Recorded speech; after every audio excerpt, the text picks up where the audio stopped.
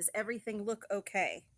Because I am not in the janky basement this morning. So far, so good. Fingers crossed, cats. Fingers crossed. Good morning, Bougie Betty. Are you feeling extra bougie today? I'm not. So I hope you are. All right. Let's go ahead and pin and run the bat signal to get notified. There we go. We're going to pin that. And then we're going to run the auction. You don't need to purchase. This is just a listing. This listing notifies people when I go live. So this is why we're doing this. There we go. Gigi, hello. Moonlit Vintage says, life ran me over with a steamroller. So tired and hope you are well. Same, Moonlit Vintage. We're going to talk about it because same.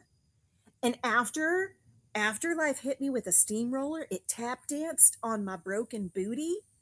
And then it mopped over me with a dirty mop. And then it let its gross, stinky dog come and lick up the mess. That's how my week was. Sabaloo, I have my charger. You'd be so proud of me. Charger, water, natural lighting, and notes. Because of you, Sabaloo. I love discounts. Hello. Hello.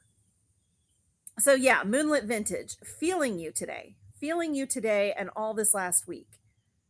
Zoe's mod. Oh, that's fine. That's fine. All I was doing was asking how things looked. I went on a little early because I'm starting in a new location and I just wanted enough time in case there was a bad connection out here because I am outside. And that concludes today's TED Talk. Absolutely, Tober. Absolutely. I am going to try to stay low energy during this show. So if you guys see me getting riled up, if you think I'm starting to talk too loud, you guys know me. You've been here enough to know if you see me getting riled up, I'm asking you guys to do me a favor and tell me to take a drink. I'm going to obey everyone that tells me to take a drink today because I need to keep myself low energy on purpose. Thank you, Sabaloo. You're the best. Exactly. I need to simmer down. And sometimes I forget and then I get riled up. Water. 100% water, Gigi. I'm not even doing flavored water right now. We are all about healing right now. I should do some herbal tea, though. I should. Don't be calling in the big guy. Who's the big guy, Tober? Are we talking the Lord? Or are we talking the hubby? Or Gigi, no, I'm a teetotaler. Don't you know? I'm as dry as the Sahara, girl. The deepest I get into drinking is a root beer with some cream in it. I had a drip of beer go in my mouth when I was 4 and I thought I was going to burn in Hades for the rest of my days. Luckily, I had a very good mom who corrected me, but oh, no, I am not a drinker. I don't even drink coffee. I don't even drink tea. I drink herbal tea. I don't even drink caffeinated sodas.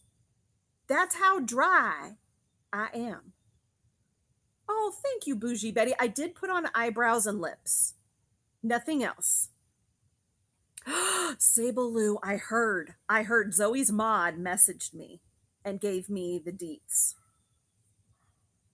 But at least we still have the reselling roundtable. And you know he's going to do pop-ups. He can't help it. So you all need to tag me. If Jeremy from Green 13 does a pop-up for chat show, you need to tag me. You have to tag me. Hold on. Elisa Timeless Treasures says, good morning. A couple of quick tricks that work for me are snapping a rubber band on my wrist snaps you right out and refocus. I don't know. The whole point of the low energy is to reduce stress. And I think a rubber band snap might stress me. Slow, deep breaths. Yes. I'm trying to do all the healing. Last week was bad. It's been a long time since I've had to cancel shows due to migraines. But last week I had to cancel everything. The The slow down thing I saw on Facebook Reels. Yeah, it's super important every now and then to just, and I try to do that regularly on shows, but I do know that my chat show, sometimes we get heated, guys. Sometimes we get over animated and we have a lot of fun, and I can't be doing that today. It sounds counterintuitive, but it brings you back to the moment. Alisa, I that is a very good technique for lots of other things. Anxiety, for grounding yourself. That is a very, very valuable technique. For me, in my situation right now, it wouldn't be. But I do recommend that as a technique for lots of other things. It does get wild in here sometimes, Savaloo. We be crazy. As much as a church lady can be crazy. I'm doing a lot of slow breathing. I'm doing a lot of slow movements. I'm doing a lot of quiet moments. You guys can see it in my eyes, can't you? You can tell I am still like, to me, my eyes tell when I'm migrating. Sabaloo knows. Sabaloo, my moderators have been here long enough and often enough to know. And for me, it's the eyes. I just looking at myself in the screen, I'm like, yep. Even if I don't feel pain, I know the migraines are still here because that's what my eyes look like when I'm migraining, not just because I'm not wearing eyeliner. So, all right, welcome to the Janky Backyard. I'm Liz from What Liz Likes. Are you still doing the sniff test? Better smell, best smeller on whatnot. Gina, goodies for you. Yes, I do. Sometimes I forget, but yes, I do try to sniff your objects before I sell them to you. I can tell in my daughter's eyes, she suffers from time to time. Alisa, Timeless Treasures, absolutely. I think eyeballs tell a lot for migrainers. You should be in a quiet, dark, cold room asleep. So, Sabaloo, I plan to. Um, but this week I have to start stepping out of it. I've gotten myself to manageable level. So I've gotten myself out of pain level, and now I'm just managing, trying to get back into full functioning level. So we'll talk about it, but we got to start the show. So, everybody, welcome in. I should have done this at the very beginning, and I forgot. Please tell us what you're selling when you're selling. If you're a fellow seller on here, tell us if you have a show coming up. Tell us if you're new. Tell us if you have a goal to reach 1,000 sales, 1,000 followers. Tell us if you're just trying to get up the nerves to have your first show. But do tell us down in the chat about yourselves. Introduce yourselves to everyone. Now you have the bruised brain feeling. I know it all too well. 100%. 100%. Bruised brain perfectly exemplifies it. Hold on. I'm not going to read the name, but I'm going to read this. Liz, were you not going insane at the other show with lack of effort people put into everything before asking? That's normal in a chat show, though. So yes, but also no. Um, I'm I'm an easy asker, so I'm okay with people doing that. Like I will ask my husband what time it is, even though there's a clock on the wall, because it takes him this much effort. For me, it would take this much effort. So I will absolutely ask the easy question before putting in the effort. So I don't blame other people for doing that. Yes, sometimes in chat shows, even I will be like, did you even Google that? Like, Google it. You don't even have to ask me that question. Google will tell it to you in 2 seconds. So yeah. Sabaloo, a human baby or a cat baby? You have so much going on, I don't even know. Singer Soul Boutique. I am a new seller, but a seasoned buyer. I sell boutique.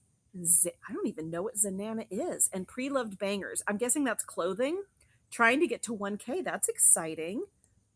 Okay, let me scroll up here, seeing if I missed a question. Everybody's got some great shows. Okay, you guys, last week we talked about pinning a promote for your regular shows that you have on a regular schedule. If you did that homework last week and you pinned a promote, I want you to share your pinned promote right now. It should have emojis.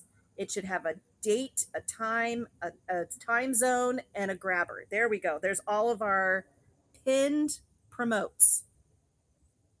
There should be more than that in here, guys. I'm low-key disappointed. You all should have some more of those.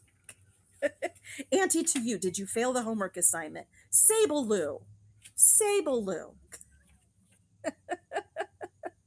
Guess what? I didn't make mine yet either.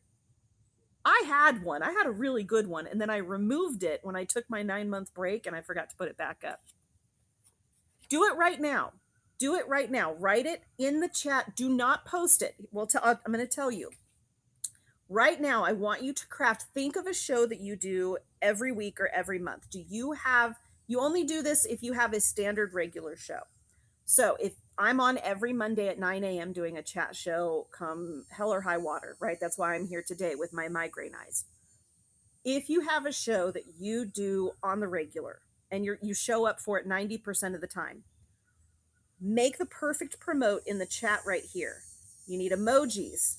You need a date and time, or like a day of the week. Mondays at 3 p.m. You need a time zone: Eastern time, Central time, Pacific time. And then you need a grabber. You need something like Vintage Christmas, All Bangers, Dollar Starts, Free Shipping, Crazy Antics, Madhouse, I'm Going to Offend You. Something that's going to hook them and make them want to click on it. Vintage jewelry, maybe, maybe not. Navajo, sterling, something that would make you click on it, even if it's just I burp a lot. Like, what's going to grab someone and make them look at your show? Craft it right now. Write it. Don't send it. Don't send it yet. Put it in the chat. And then I want you to highlight it. So long click on it, select the whole thing, and copy it. Then I want you to go into your clipboard. Sabaloo, yes, please message me. Sorry, I'm reading a hidden chat. You're going to copy it. Then you're going to go into your clipboard. If you don't know what a clipboard is, once you copy the text, go ahead and send it. Then click on the chat again. And you would go to your clipboard to paste it, right? You guys should know it's a rectangle with a teeny box at the top. Click on that clipboard. And instead of just tapping it to paste it, tap and then tap the 3 dots up in the corner, and there should be a little thumbtack. Click on the thumbtack.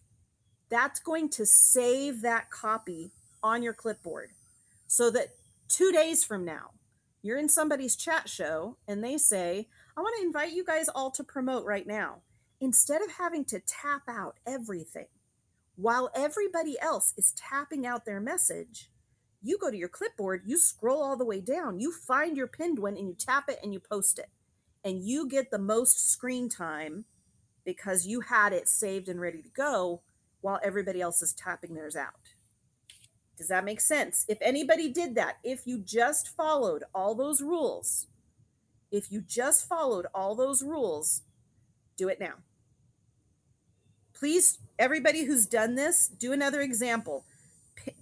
Post your pinned promote. If you've pinned a promote, put it in the chat right now. See, Moonlit Vintage, all that information, the Serial Hobbyist, all they had to do was tap, scroll, tap, send. That's how fast they were able to post all of that. Okay? Sabaloo, I love that one. That works. Look what Sabaloo did. Having shows randomly due to life. Please follow for good deals. That works. Okay? But that gets you that prime screen time. When a seller does invite you to promote, don't be going into someone's show and saying, can I promote? But when a seller says, hey, everybody, share your shows in the chat, boom, boom, boom, zap, you're in there. And you get the most screen time while everybody else is typing. You always know when people are done typing because all of a sudden the promotes start rolling and yours gets lost in an ocean of promotes. If you have it pinned, you're going to get the longest screen time possible. You're very welcome if that's new to you. And congratulations to all of you who did it last week, so you were ready to do it this week. Okay, thank you. Yes, and as you get these set, I'm going to give carte blanche. If you're doing it from a pin, I will be testing it later. Actually, I'm just going to give open permission, Sabaloo. It might take you a while. You might be slow at typing.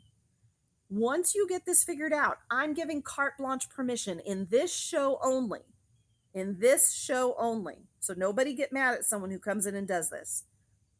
If you meet the rules of using a pinned promote and it has emojis and it has a day and it has a time and it has a time zone and it has a grabber, or at least has what Sable Lou did, if it's a pinned promote, you can do it 3 times throughout my show. That's your 3 promotes. I always let you guys promote at the beginning, middle, and end. I'm just going to let you guys do it when you want. But it has to be a pinned one, okay? All right. Now, we've got a lot of shout outs. We're going to be talking about a lot. What do you mean a pinned promote? Faye West Designs, write your perfect promote. If someone said you can promote in my show, Zoe's Treasures! Zoe's Treasures just rated us. Everybody, put your pinned promote in the chat. If you have pinned your promote, put it in the chat right now while I let you guys know firsthand that Zoe's Treasures, who just rated us and just finished a fabulous chat show, has another show tonight, 7 p.m. You do not want to miss this. She's doing a workshop setting up your reselling business. You don't want to miss this. Then tomorrow, 7 a.m. Eastern Standard Time, Zoe's Treasures is doing I Spy Vintage with free shipping. If you like vintage decor but you hate paying shipping, go check out Zoe's Treasures tomorrow, 7 a.m. I'm not going to repeat the steps for how to do a pinned promote. You can purchase the notes. Oh, I forgot to put it in my notes. Or you can follow me on YouTube. The lovely, beautiful Noelle from Zoe's Tea Mod is going to broadcast this show on YouTube later today at What Liz Likes 4040. So you can check it out there, or you can purchase the notes and then you can rewatch this show and you'll see all the steps. The steps are not in the notes because I wasn't planning on doing that. Not everything I talk about in the chat show is in the notes, but you will get a copy of the notes either way. All right, we are going to go into our tagging. So I am going to ask that you guys not promote while we do this section because I want to give space for people to follow the people we're talking about. So we're going to pause promoting. So at this point, I'm going to count down from 10 because I know some of you are still typing it. They should be, Kelly. Are they? They should be. Buy it now. Yes, the notes are in the buy it now. Okay, I'm going to count down from 10 and then we're not going to promote. 10, 9, 8, 7, 6, 5, 4, 3, 2, 1. No more promoting while we do the tagging. Once we're done with the tagging, we'll promote again. Okay. This one's a hard one. Oh, get off my knee. I'm outside. There are bugs out here, you guys. Oh, that was a big, fat, juicy ant. I didn't kill it. I just made it fly. Okay. This one's a tough name. And this is why am I outside? Because I'm migraining and I'm trying to avoid LED lighting. The lighting can set off my migraine sometimes. You can hear some buzzing. I'm in the South. There's buzzing and there's bugs everywhere. I might get attacked at any minute by a cicada or a moth or there's just bugs out here. Okay, this one's a tough one, and this is why I recommend when you choose to become a seller, I recommend a seller name. A seller name means it might not necessarily mean something to, like, sometimes we pick our names because it's our favorite pet, it's our child, it's something that we feel very passionate about. We pick numbers that are our birth dates or our anniversary or the day that we survived a heart attack. I always recommend sellers pick a seller name. Thank you guys so much. Thank you. I recommend picking a seller name, which is easy to spell, easy to search, easy to read, easy to say, and something that will mark your brand and set you apart from the millions out there. This name does not meet those requirements, but we're going to try to tag her anyway. So Sable Lou, my apologies. I didn't pick the name, okay? I'm going to try to tag Ashley Retz 4168, but here's the spelling. ASHLEIGHRETZ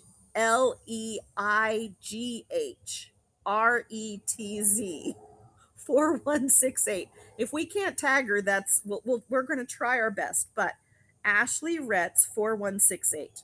And thank you, Millicent Sable Lou got them, and Don Hollow, all spelt the way it would be. I know, Moonlit Vintage. Dawn Hollow and Whimsy Hollow Collective. That's another really long name. Okay, let's just talk about them. But Ashley was the most important one. So we already tagged Ashley. Ashley Retz 4168. I shout these people out because I saw something that I really liked and I want to talk about it. So just so you know, I'm not saying go buy from them necessarily. I'm just saying I saw these people do something. I want them to get the credit. Ashley Retz 4168 was in a raid train. The raid train was hosted by Dawn Hollow, who Millicent's tagged, and Whimsy Hollow Collective, who Sable Lou just tagged. So you can go follow all these people. Ashley Retz was in their raid train, and she did such a good job of meeting the requirements and the vibe, which we talked a lot about last week. We're not going to talk about that again, but I want to talk about their raid train. This raid train was very similar to the mug raid train that Zoe's Treasures did, where you had to sell a mug, but the mug had to be full of stuff. I loved being in that raid train, by the way. This was a jar raid train. You had to have a vessel, and the vessel had to be filled with jewelry, and the jewelry had to meet the theme of Disney parks or something like that. There it was anyway, very much open to interpretation. Ashley Retz did such a fabulous job of this. She picked out beautiful vessels that anyone would have wanted to purchase on their own, and each vessel was filled with jewelry that matched the vibe of that vessel. So, like if you're someone who's into very frilly, fancy, girly stuff, the jewelry was also frilly, fancy, feminine stuff, right? If you're into eclectic earth tones, the vessel and the jewelry both matched eclectic earth tones. But then she paired them up to parts of Disney's around the world theme parks or something. Very, very well done. Um, this raid train showed the art of bundling. We're going to talk about bundling on the fly later in this show, but this is talking about curated bundling. Okay. Curated bundling, where they took a jar, they filled it. This showed the art of bundling with purpose and high starts with great value.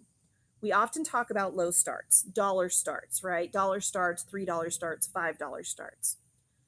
The whole point of low starts is to let people determine the value. And we've often talked about when you do low starts, you can't run crap because nobody wants crap even at $1. And oftentimes, even a $5 value item won't sell at $1 start.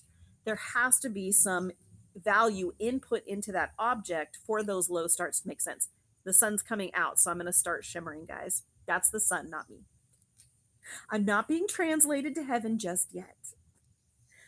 But this raid train, they were not doing dollar starts. They were not doing low starts, but they were doing what I call high value starts, which means that one of the jars was being run at 200, one was being run at 185, one was being run at 86. But those vessels, those jars were gorgeous. The jewelry in them, top tier, gorgeous jewelry, and they were selling. They were selling every single jar. Um, because they knew how to curate, they knew how to bundle, they knew how to do something like that with purpose to increase the value. Sabaloo says, I've seen teacups full of jewelry. They go wild. Yeah. It's almost like selling a vignette. You guys have seen the rustic vignettes. These were jewelry vignettes. And there are so many different kinds of vignettes you can do. And to me, that's basically what they were doing, but it's a vignette with multi-purpose. So you don't have to keep it as a vignette. Everything can be used. Very well done. Highly recommend following to see if they do another raid train like that, but just to watch and see the skill. So Dawn Hollow and Whimsy Hollow Collective were the ones that put the raid train together. I only watched Ashley, and all I can tell you is Ashley knew what she was doing. Every single one of her jars sold. She even there was one jar that didn't sell right away. She managed to get it sold for the full asking price without reducing it by showing the value of it and not by mentioning values. How am I feeling? I'm feeling well enough to do this with low energy outside and natural lighting with squinty eyes and no makeup. That's how I'm doing secondhand sarcasm. We're trying. I have a nap scheduled for today. Look at my week. Look at my profile. Look at how many shows I'm doing this week. I'm still in healing. I'm still in healing. Thank you. Thank you. I don't feel amazing. I also live right near the Charlotte airport, so I don't know if you can hear the airplanes, but there are airplanes out here. All right. Speaking of migraining, let's talk about. Oh, thank you. Yep, it's me, Sam. I'm trying. I'm trying. Christina Fay, I'm in Wilmington. Wilmington? You work at CLTQ Candle, so you know, those planes are nonstop going. I suffer from migraines. Also, the past 2 days have been rough. You know, you just have to take care of it. You have to take care of it. Kit Kat natural vitamin D is very important, and I'm going to be eating some spinach to help me absorb it. Okay, Shop Happy 2019. Somebody please tag Shop Happy 2019. Shop Happy if you're in here. Say hello. I think it's the pressure in the atmosphere. Say Baloo, it's so many things. If it was one thing, it would be easy to cure and easy to prevent. It's never one thing, it's always everything. Thank you. Yep, it's me, Sam, and Sabaloo, both tagged Shop Happy 2019. Everybody just follow her. Shop Happy 2019 is the best in all ways. Her clothing, her themes, but her challenges. We're going to talk about her challenges. She recently did her Clock It challenge. I for Beauty, you are. Where are you? You're supposed to be here running the show. Fired. I for Beauty, you're fired. All right. Shop Happy 2019. She did a Clock It challenge. If you were in the Clock It challenge, please put clocks in the chat. There we go. We got some Clock It challengers. So she did the Clock It challenge, which was you had to sell a certain number of items at a certain time every day of the week for last week. Okay. Easy peasy. Sell one item at 1 o'clock, sell 2 items at 2 o'clock, sell 3 items at 3 o'clock. I accepted this challenge. I should not have. I already knew I was migraining low key at the beginning of the week, but I thought that's like my one and done. And I was doing one and dones because I was feeling the migrainings coming on. Let me just tell you, I made a mistake. I know when I start migraining, I'm supposed to lower what I'm doing. And I thought the Shop Happy challenge was small enough that I could do it. It was just enough. It tipped me over. I did try. I did try Sabaloo, and I did very well with it. I really enjoyed the challenge. But I want to talk about her challenge. I talked about why I backed out. I backed out because of the migraines. But let me talk about why you should participate in her challenges. One, her challenges get you out of your comfort zone. They are a challenge. It was a challenge. It sounded so easy. 1 at 1, 2 at 2. It was a challenge. Okay. It's tough to go live on a schedule that you didn't pick. It's tough to go live with a required amount of items to sell, meaning you can't back out early, right? But there was support in numbers. You knew you weren't the only one going live. You had a high chance of getting rated. You knew who to raid. I'm going to sneeze. Chew. Chew. It was a challenge, but it helped me so much. And that's what happens with, thank you, everyone. I need those blessings. I'm sneezing on purpose to get blessings. Her challenges always prove something to yourself. I've never heard that blessing, I for Beauty, but I'll take it. Her challenges always prove stuff to yourself. Peacock, you just reminded me. I totally forgot what I was supposed to read at the beginning of my. I'll read it after the Shop Happy. Let me complete my thought. But thank you. I'm going to put my thumb next to that one. Her challenges always force you to get out of your comfort zone, and they always prove to you what you can and can't do. And what I love about the Shop Happy challenges is that she gives feedback afterwards. You guys, feedback is gold. Some of you are out there paying people to give you feedback. I've had people offer to pay me to give them feedback. There are sellers out there being brave enough to give you feedback for free. Use it. Shop Happy is one of them. If you participate in her challenge, she will give you feedback. I'm going to give you some of the feedback that she gave so you can get it for free from me and get started. Yo, yo, yo, Tiny the Artist. Loved your background on the Zoe's Treasures chat show. That was fabulous. I give you feedback. You don't take it. You throw it right back at me like it's trying to feed a toddler peas. Okay, I don't need that. I love you, but no. You can come get my free mass advice. Okay, here was some of the most valuable feedback that can apply to everybody. Okay, show ups get the benefits. I'm going to say that again. Show ups get the benefits. Hold on. Let me just we're just going to lean into the shadow a little bit. Meaning, it doesn't matter if you failed. If you showed up, you were halfway to success. Let's say that with the gym. Okay, so maybe you didn't do your full workout routine. Did you go to the gym at the time you said you were going to go? That's half the battle, right? Did you show up to the party? Okay, you left the party early because it wasn't the thing for you, but did you go? Okay, so the date didn't work out, but did you go? Right? Okay, so the book wasn't a bestseller, but did you show up and put words on paper? Shop Happy basically pointed out if you at least showed up, you were winning so hard. So show up. How many times do you back out on yourself and you miss out on the opportunity to possibly succeed because you didn't even start? So showing up matters. Moderate your hosts. I was guilty of this. Shop Happy was like, I'm the host of this challenge. And do you know how many of you did not make me a moderator? And I was like, oh, I totally forgot to make her a moderator. I just didn't even think about it.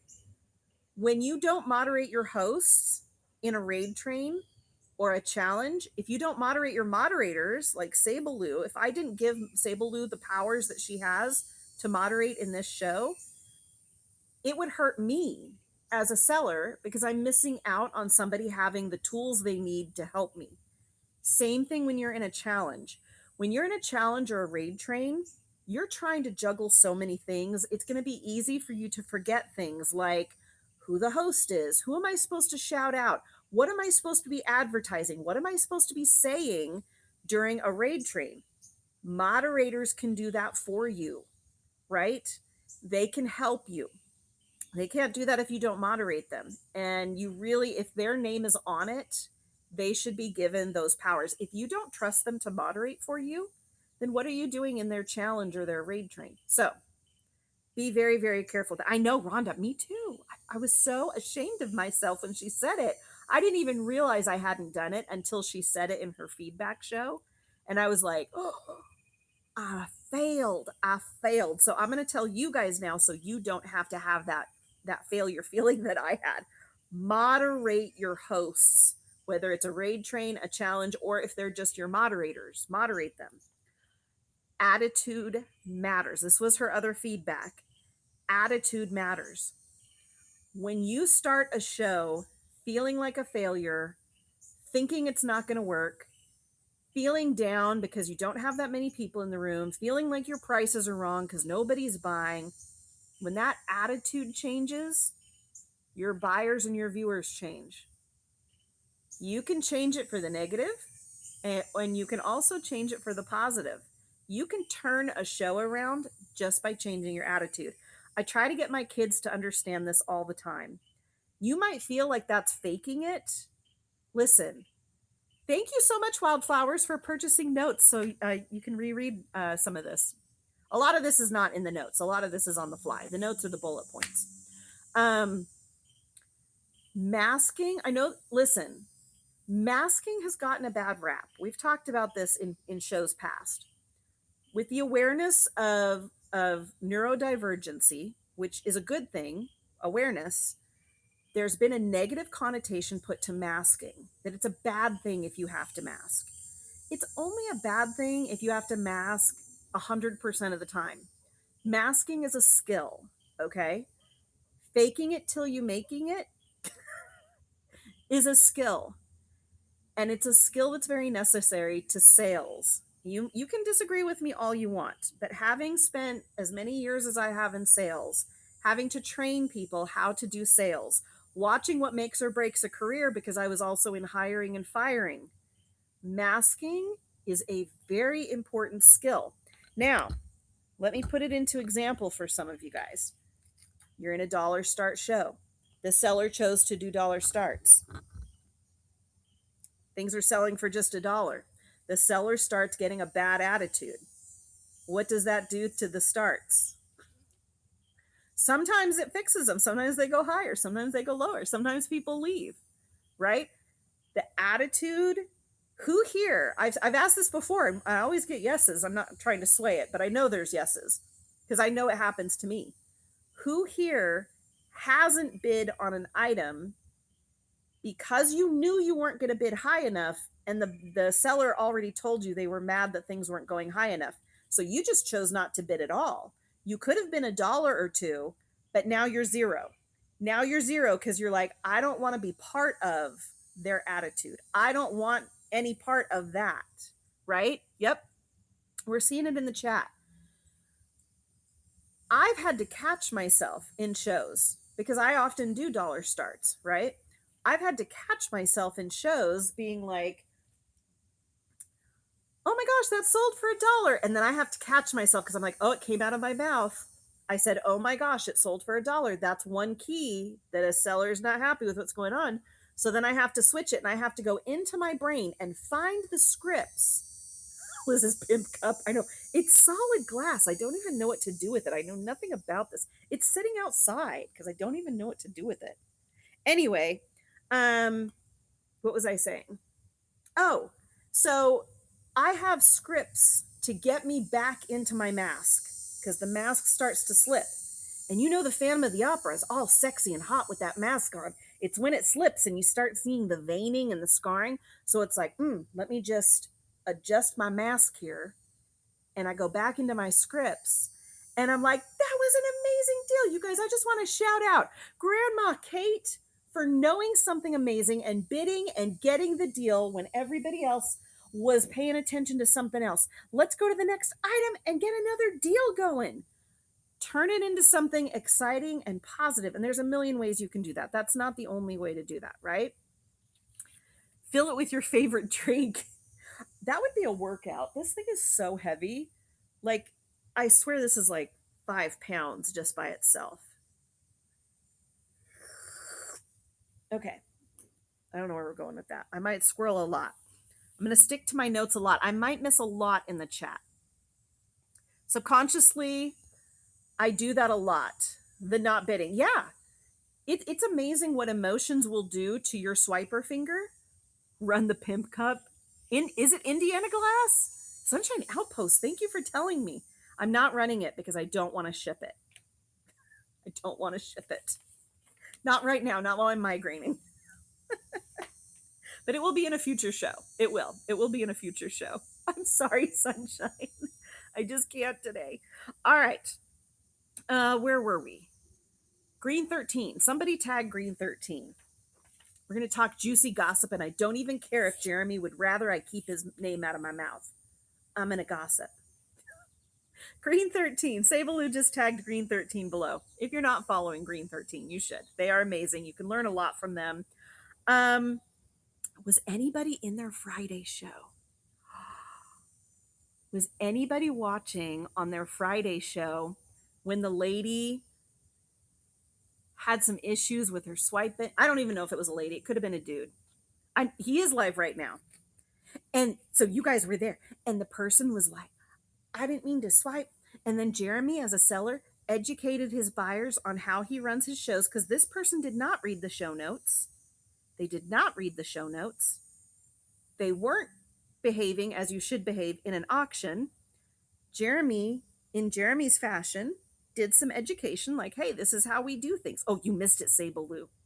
It was more juicy in the chat than anything. It was more like a tidbit juicy bit.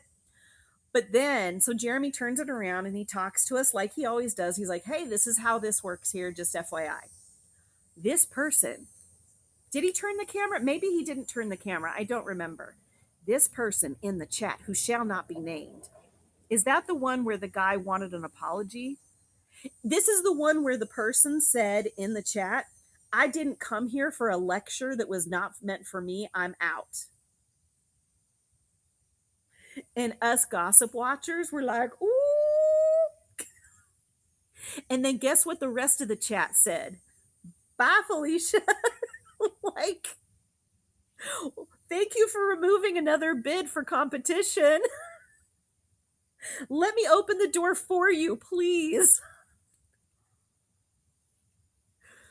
This goes back to what we talked about, I think, last week. Millicent's, I screenshot it too, and then I put a big red marker around it. Why am I sharing this gossip? For no other reason than listen, I've been migrating, I've been in bed, it made me laugh. I wanted you to laugh too, but there is something valuable to learn from this, okay? We talked about in shows past, we want all the customers. We don't need all the customers. Some of you send that with the show notes as a bonus. I think it's written down here. Oh, no, I didn't tell the gossip in the chat. I just talked about the learning, what we're learning. The notes are so much more professional than the actual chat.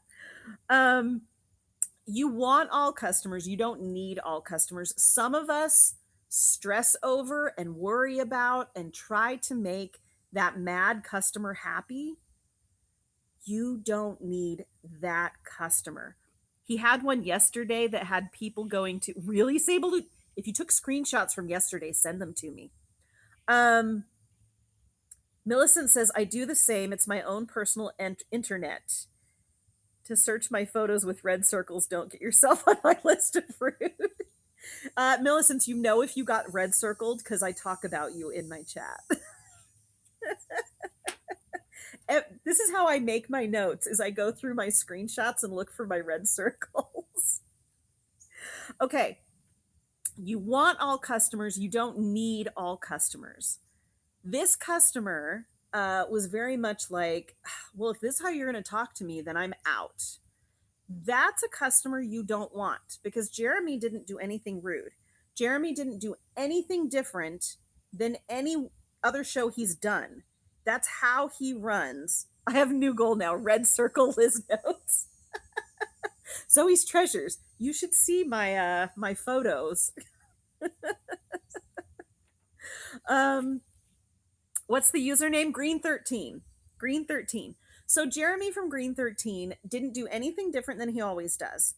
He runs a tight ship, and let me tell you, who here enjoys that tight ship? Who here likes shopping at shows where the rules are clear and the sellers stick to them? Me. When you go into shows where the seller is trying to make the difficult customer happy, I'm out. I'm out because I am an easy customer. I'm an easy customer. So if the annoying, loudmouth, rude, entitled customer gets the attention of the seller and that seller starts catering to them, bye. Because I'm the good customer. You want me. I follow the rules. I read the show notes. I wait in line. So if the other person's going to get the attention, I'll find a show that's going to run quick, run fast, and run by the rules, because I'm an easy customer. I'm an easy buyer.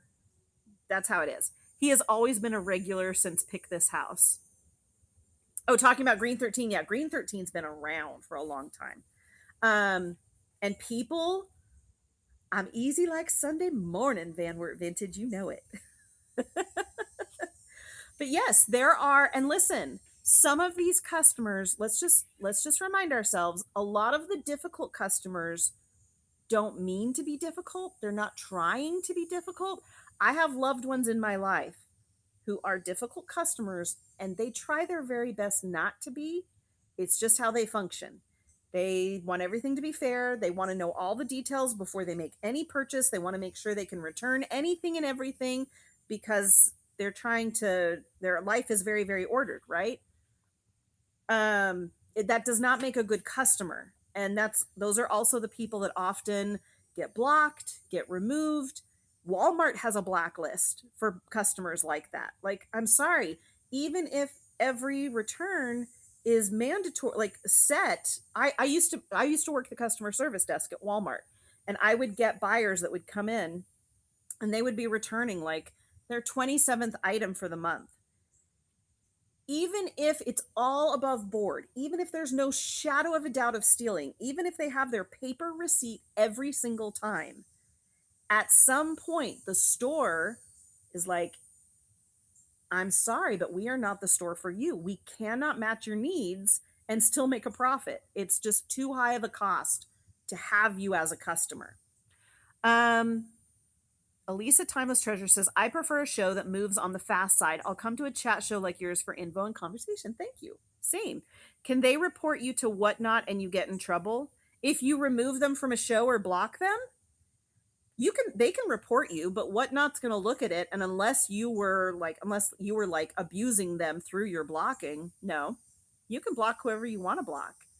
Now, if you go on this has happened where like you get an army and you guys all go block the same people and you guys all go like bully the same person and you get like fake accounts just so you can go in and like, yes, those things can be reported. But if you're just blocking people because you don't want them in your show, no, there's nothing wrong with that. Okay. So Green 13, let me finish my notes for them.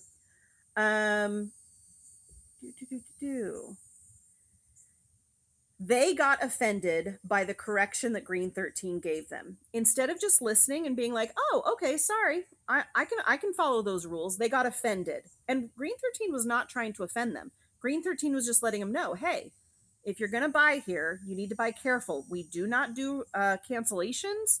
You're buying as is. We have a very good system for how this works. And Green 13 is one of the most generous sellers with their oopsie cards and their backing, their sterling and their gold. Like Green 13 is, everybody loves them because they are so generous in their business. But they run that business like a tight ship. And this person took offense at that. And guess what? Green 13 did not lose anything. They lost a pain in the butt. That's it. The buyer who got butthurt and announced that they were leaving lost a really good source of really good items at really good prices with an honest seller. That was their loss, not the seller's loss. Ashley Mad says, I was on a show and said and did absolutely nothing and got blocked. They blocked the wrong person. That happens too. I've been accidentally blocked, and I'm sure I've accidentally blocked someone. I accidentally blocked someone while falling asleep. Okay, it can happen. Even with all the buttons you have to push, it can happen. Sabaloo said the person yesterday demanded an apology and just held his composure so much better than what I would have. Green 13, he's good. He's got his scripts down. He's been in business long enough to be able to handle that kind of stuff. Yeah, Jeremy, he's stellar. I for the most part can handle almost every situation, but there are things that do rattle me. I have gotten rattled before. It takes a lot to rattle me at this point though. Thick skin is very helpful in business. Iris Vintage, the mention in chat button and block button are really close. That is true, Iris Vintage, they are. Peter Heidi's finds, if you swipe left twice, there is nothing you can push accidentally. Very true, very true. But when I'm falling asleep, common sense doesn't come into play, you know? Sometimes I wake up to windows open and I'm not taking Ambien. I'm just falling asleep. I wake up to windows open that I didn't even know. So sometimes you can open Whatnot without knowing it. All right. New Day Dawn. Can someone tag New Day Dawn and let's talk about what I saw there? All one word, New Day Dawn. Great 8 Collective. I had a customer get blocked, but I didn't block them and my mods didn't either. Could another person have done? No, they couldn't. No. It was either an accident or someone lied. Hi, Michelle. There it is. Sabaloo tagged New Day Dawn. New Day Dawn is tagged there by Sabaloo. Highly recommend following New Day Dawn. New Day Dawn did something that I love to see on here. I do it when I can. Not everybody can do it for everything, but when we can do it, it's valuable as a seller. New Day Dawn was educating while selling. Now listen, we just talked about Green 13. Jeremy has taught on the benefits of not knowing what you're selling. And that is a benefit. And I'm not negating that. That is a skill and a benefit. Jeremy does it very well. New Day Dawn does the other side of that very well, which is educating while selling. I saw her doing it in showing people how to tell the difference. She was selling cameos, like little, not cameos, but miniatures, brooch miniatures, right? The brooches with like people on them. Um, and New Day Dawn was educating her viewers on how to tell the difference between a transfer and hand painting. Why is this a good thing? Um, it builds trust with your buyers. They know that you actually know what you're selling, and they know that your prices are right because you know the difference between hand painted and transfer. It also teaches the buyers what to watch out for when they're purchasing from other sellers, and it can help build trust again with that original teacher because they're like, "Oh, this person's totally selling transfer and they're calling it hand painted. Not going to buy, going to go back to the source that knows what they're doing." This also increases the valuations of your items. Sometimes people are just buying because stuff is pretty. Once you educate them on what and why certain things are worth more money, they're willing to pay that more money. Because all of a sudden they're like, oh, I totally didn't know that this was just printed and slapped on. I didn't know that this was like an original artwork. There's a difference. There's a difference. And when you know you're buying from someone who knows the difference, you feel more trust and you're more willing to put that money down when you have that trust. Um, hold on. Christina Fay says, I had a seller confirm they had something I had been searching for. When I got excited, they said, I didn't say I was selling it. Uncomfortable. Yes, be careful, sellers. Be very careful what you show if you're not willing to sell it. Be very careful what you talk about if you're not willing to sell it. Who here gets mad, even in a brick and mortar, when you see something you love and then you find the NFS, the not for sale tag on it, and you're like, well, dang, the only thing I liked in here, you're not selling. As a seller, as a seller, everything. Now, I have made this mistake before. As a seller, though, everything that you show or that comes out of your mouth should be for sale. Just put a high ticket on it. If you don't really want to sell it for the amount that someone would have to rip it out of your cold dead fingers for. Say, oh yeah, but I can't sell that for less than 500. They're not going to buy it from you. And if they buy it from you, you'll have enough to go buy a new one for yourself. When I first started, I didn't know about fakes, and a seller showed us how to tell if the item was real or not. Exactly. Exactly. That you value that as a buyer, right? Customers in the stores always want the displays. Hey, Jack, I Go Vintage. Donatella, she sells displays and she makes good money doing it. People want to buy displays. Even the cool personal stuff in your shelf or in the background, in my opinion. Exactly, natural state of high. Anything, listen, this window, you want this window? $700 free pickup all day, every day. I will sell you this window for $700 free pickup. You want this shirt? 150 right now. 100, if you want my cheap Walmart t-shirt, I will sell it to you for 150 with the sweat on it. Run it? Okay, you got it, Zoe's Treasures. Here we go. 150 for my sweaty, nasty Walmart t-shirt. It's running. It's running. Nacho Cheesin says, I say everything has a price, but my dog. You're telling me you wouldn't sell a dog for $150,000? I didn't say I would sell you my feet. It was a shirt. I'm not taking the shirt off until after the show. No, Titus Forge. I want to keep some viewers in the room.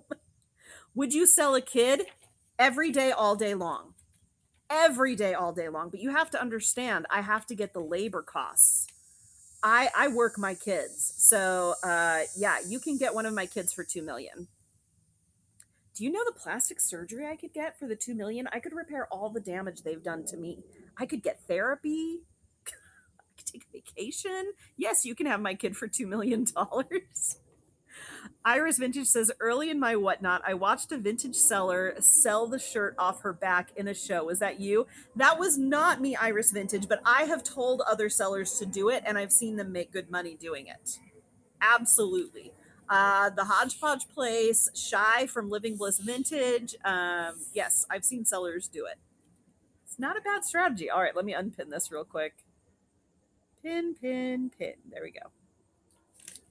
How's it going? It's going. It's going pretty good so far. I think I've been doing really well.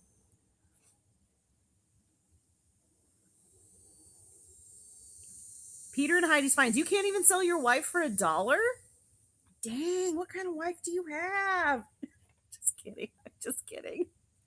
Probably the best wife ever, and everybody knows you're undervaluing her, and that's why they don't bid. Okay, where are we? So how can you be like New Day Dawn? You can build trust in the areas that you know about. You don't have to know everything, but if you do know something, it can be worth it to share it. You can let people know that whether a brooch is prong set or glue set. You can let them know whether the rhinestones are foil backed or open backed. You can let someone know if something is hand, fill in the blank, hand sewn, hand painted, hand beaded, hand tooled. Okay. There's a difference between rollered leather and hand tooled leather. Okay. You can tell someone if something is polished. We all know if you're selling glass, the bottom matters. How much did they polish that glass? That's going to show you the level of expertise and care in the making. Letting people know whether things are sewn on or glued on, whether something is machine sewed or hand finished. Letting people know if something is signed, marked, if you have the provenance, etc. Those things matter. If you know, share it. If you don't know, let the chat tell you. Okay? Any tips on getting more people to bookmark? Mid-state fines. Yes. How to get people to bookmark your shows. I'm going to give you the What Liz Likes test. I'm going to click on your profile and see how many shows you even have scheduled. Big mistake. Mid-state fines. You only have one show scheduled. Okay. I'm going to bookmark this show. You now have 8 bookmarks. If you had 4 shows scheduled, I would have bookmarked all 4. Okay. I always bookmark the top 4. So, first off, never have less than 4 shows scheduled at all times. Because then when you go live, I'm going to tell you guys, everybody, go bookmark all my shows. Specifically bookmark, sorry, I got to calm myself down, the Friday show. The Friday show, I'm doing estate sale live shopping. Please bookmark that show. If you have shows scheduled, you can get bookmarks on them. Second of all, right now, mid-state fines, I would assume you were not a seller because of your logo. Unless you want to be a red M&M. If red M&M is your logo, maybe put a border around it. But otherwise, looking at your name in the chat, I don't see a seller. I see a buyer. Why is it that is okay, but artists showing and saying it's hand painted, people think it's boastful? It's never boastful to say something's hand painted, ever. Sorry, I'm missing. Let me keep talking real quick. I'm gonna ignore the chat for a second. So mid-state fines, have shows scheduled, get a better logo. I love your name. Your name is easy to say, easy to read. It reads like a seller name, but change your logo. Also, your border on your profile does not make sense with your name. It says Rack Raider, so you need to figure out what your name is because I'm confused by that. And then looking at your show,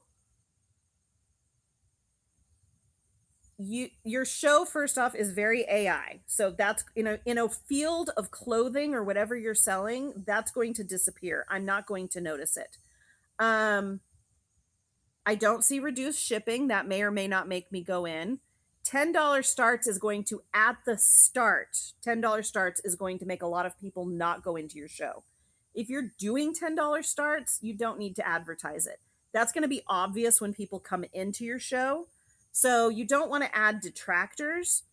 Your listings will tell people when they're in your show that it's $10 starts. There's no reason to advertise and limit the people before they even see the items you have for sale. Does that make sense? That's my quick advice for you. You're very welcome. Okay, I'm not going to do that for everyone. Let me look through the chat and see what's there. I hope you guys learned something from that. I'm going to stick to my notes. If I did that for everyone, I would start charging. I don't want to charge people to do that. So I do it every now and then.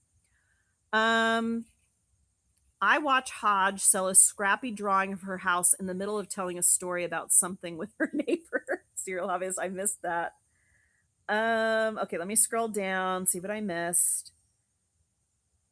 You are doing reduced shipping on the estate sale show. Yes, Crystal's Vintage. I do reduced shipping on my live shopping show. I do not advertise it as like a big thing. Like during my live shopping, I do not say, and hey guys, $6 reduced shipping, because it's not reduced shipping. I charge shipping in my start price. So I'm not doing dollar starts when I'm live shopping. I literally hold something like this up and I say, oh, look, they want $8. That would be 16 plus I'm going to add on another 15. Okay. So you're actually going to pay $31 for this because I'm charging you the shipping, because I know this is going to go over 5 pounds and things are going to bundle on top of it. So I do reduce shipping only for the algorithm. I do reduce shipping only for the algorithm and to help out people buying small stuff. But really, I don't advertise it as like reduce shipping because I'm charging shipping. Titus Forge, I have shows all the way to 2027. Millicent says, I saw a Premier seller the other day with something like the red M&M logo. I do not understand the thinking on that, but I see it elsewhere too. Some people just don't care. If they're making business, if they're Premier, they don't need a good logo, right? Christina Fay says, I'm known under this name as a buyer for years, but plan to create a shop name. Could this be a problem? Christina Fay, let me just tap on your profile. You only have 500 followers, so no, that's not going to be a problem. But if you know the name you're going to have, just change it now. Like, why not change it now and get people used to you? So if you know a name, change it ASAP. Moonlit Vintage, I struggle to do fast math when live shopping. Listen, sometimes I do too. This is what I tell people. Whatever I say it is what it is right now. Like if I say this is $31 right now, and then 10 minutes later, you've thought about it, you Googled it. When I go back to it, I might run it for 28. I might run it for 45. Dang, you got to grab it at the price I give you when I give it to you. Because sometimes I make a mistake and you're going to get a good price. Sometimes I'm like really thinking, I'm like, oh, actually, now that I've sold a few things, I realize the shipping on that's going to be crazy. So I'm going to add more money to it. So when I'm doing live shopping, I just let people know. There is no, my prices don't need to make sense to you. Do I lose buyers because of that? Yes, I do. I don't care. I need the buyers who understand how I'm selling when I'm doing live shopping, because it's completely different than when I'm doing dollar starts from my basement. Pimp cups are not cheap, Sunshine. You know it. I want to know how you know it, Sunshine Outpost. Pardon me. Millicent says, I thought the no logo might be a deliberate thing, something Gen Z values maybe. Possibly. Again, if you're making the money and you don't need to fix your name, you don't need to fix your logo, you don't need to fix your show schedule. If you're making money, you don't need those things, right? Like Jeremy from Green 13, he specifically is like, I am not going to take photos for my listings just to get wings. I am not going to use titles for SEO. Like he specifically doesn't do some of these things because he's like, I don't need them and I want to prove that I don't need them. But if you need them, they can help you. Okay? They can help you. So if you need it and you don't have it, then do it. The Charmed Palette. I'm a new seller, only been on for a couple of months. I have almost 2,000 followers, but bookmarks and sales aren't reflective of that yet. Because followers mean nothing. Followers mean nothing. Okay? Followers are how many people were nice to you, or how many people wanted a sponsored giveaway and to look good to the person that was running the sponsored giveaway. Followers mean someone who wanted your follow back. Followers mean nothing when it comes to bookmarks and buys. Bookmarks mean nothing when it comes to buys, okay? A lot of bookmarks, that's just people being nice. You want buys, you want buyers, then stop doing what you were doing to get followers and stop doing what you were doing to get bookmarks. I don't care about bookmarks. I care about this. Let me show you. I care about this because my shows often change. Okay. I have a set schedule. I try to stick to that schedule, but sometimes things change. Sometimes I do a raid train. Sometimes I do a pop up. This is what my buyers care about because my buyers actually want real notifications when I go live. Bookmarks, the notification comes 2 hours ahead of time. I'm not going to remember that I got a notification from Whatnot 2 hours later. My brain doesn't keep those things in there. Okay. My life is completely different 2 hours from now. So no thank you, Whatnot. That's a crappy notification. Get a bat signal, and then you have to go live often enough and sell enough for people to learn that they like you and they like what you sell so that they will click the bat signal and so that they will click in when you run the bat signal. So, followers doesn't mean anything. Bookmarks means almost nothing.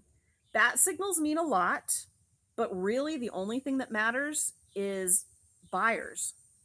You can even have a ton of viewers. You could have massive viewers. Doesn't mean you're getting buyers in, right? You might just be getting people that like giveaways or they think you're funny or they're there to socialize in your chat, right? Or they're hoping you're going to let them promote. So look at yourself. What makes you go into a show where you're not buying? What makes you stay in a show where you're not buying? Chances are you're socializing in the chat. Chances are you are learning from that seller and trying to figure out how they're succeeding. Chances are you're watching drama, right? Like those are things that will get people in your room, but it doesn't necessarily get them to buy. Start paying attention to what makes people buy and do more of that. Do more of that. No, Elisa, there's nothing wrong with having it pinned. How do you create that bat signal? You create a listing. You have to have a product. So I'll pin mine again and you can look at it. You have to have a product that you will actually send them if they purchase it. Okay. The point isn't for them to purchase it. I don't want you to buy this. I want you to bookmark it. If you buy it, it will only cost you $3 and I will send you some stickers.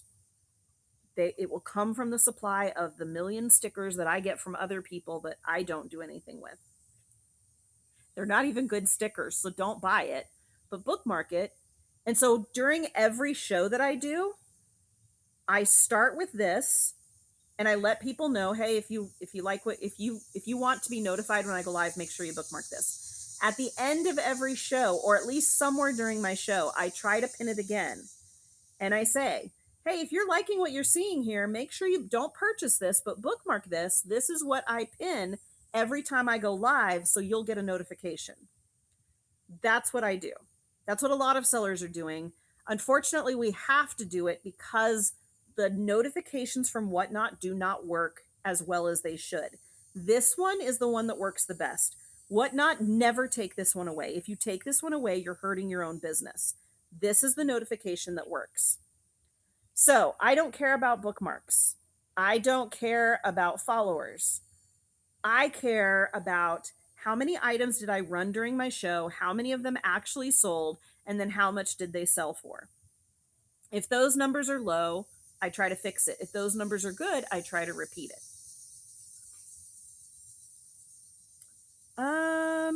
Okay, sorry, I'm missing a ton of stuff in the chat. When people buy, if by accident, do you refund? No. That's a product. That's why you need to make sure that it's something that you're willing to send, you're willing to ship, that you have on hand. You actually have to have that product and that you're willing to send at the price that you have it listed for. Don't list it for $1 million. It's against terms of service, and there's a good reason why. I'm not going to talk about it, but just don't do it for a crazy high amount. Okay, I think I got everything. Let me scroll up here real quick. Okay, I think we got everything. The email notifications almost make me not want to bookmark. Useless to me. Exactly, Sherry. A lot of us have those notifications turned off. I only get bat signal like I only have my notifications for items I have bookmarked and messages, and that's it. That's it. I don't get notifications for anything else. So I'll follow you all day long. I will bookmark every single one of your shows to be nice, but I'm not getting those notifications because I have those turned off on purpose. There's something going on about a bin. Yeah, I don't know if that question is for me. If that question is for me, put it in the chat again so I know, because I'm not going to scroll up and piece it together. If you do it for a ridiculous price, it may actually sell. Plenty of those have happened. Yes, it happened to me. I said if you pay $1 million, I will show up on your front doorstep in a Barbie box. So to me, it was a real product, but then somebody actually did swipe on it, and it prevented them from purchasing the rest of my show. Like, it didn't go through. They weren't charged it. Some people do get charged it. Just don't do it. You're newish here. Carrie loves watercolor. You're in the right place. You're in the right place. Someone bought me. The problem is they didn't want me, and the bank didn't want them to have me, and then they couldn't buy from me the rest of the show.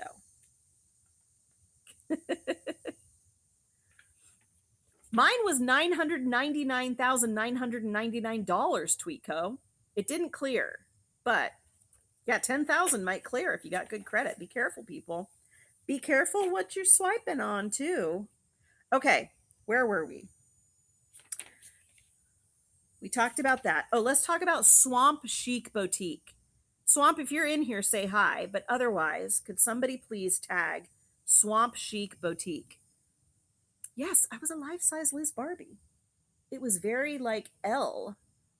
Thank you. Zoe's Mod tagged Swamp Chic Boutique. You guys see that? Zoe's T Mod tagged Swamp Chic Boutique. Let's talk about her. Let's gossip about Swamp Chic Boutique. In her chat show, she asked a very thoughtful question. And I'm going to ask it of you guys. I want to see what you guys will say. And then we'll talk about what we talked about in her show. Listen to the question. What makes you pause when scrolling through shows? Or what makes you stay after you raid? Give your top thing. What is the thing that always, what will make you pause when you're scrolling? What puts you in the red dot of somebody's show? Moonlit, I said the same thing. The Lost Ledger, I said the same thing. Annie Buddy, I said the same thing. Music gets you to stay. Interesting. That's definitely not it for me.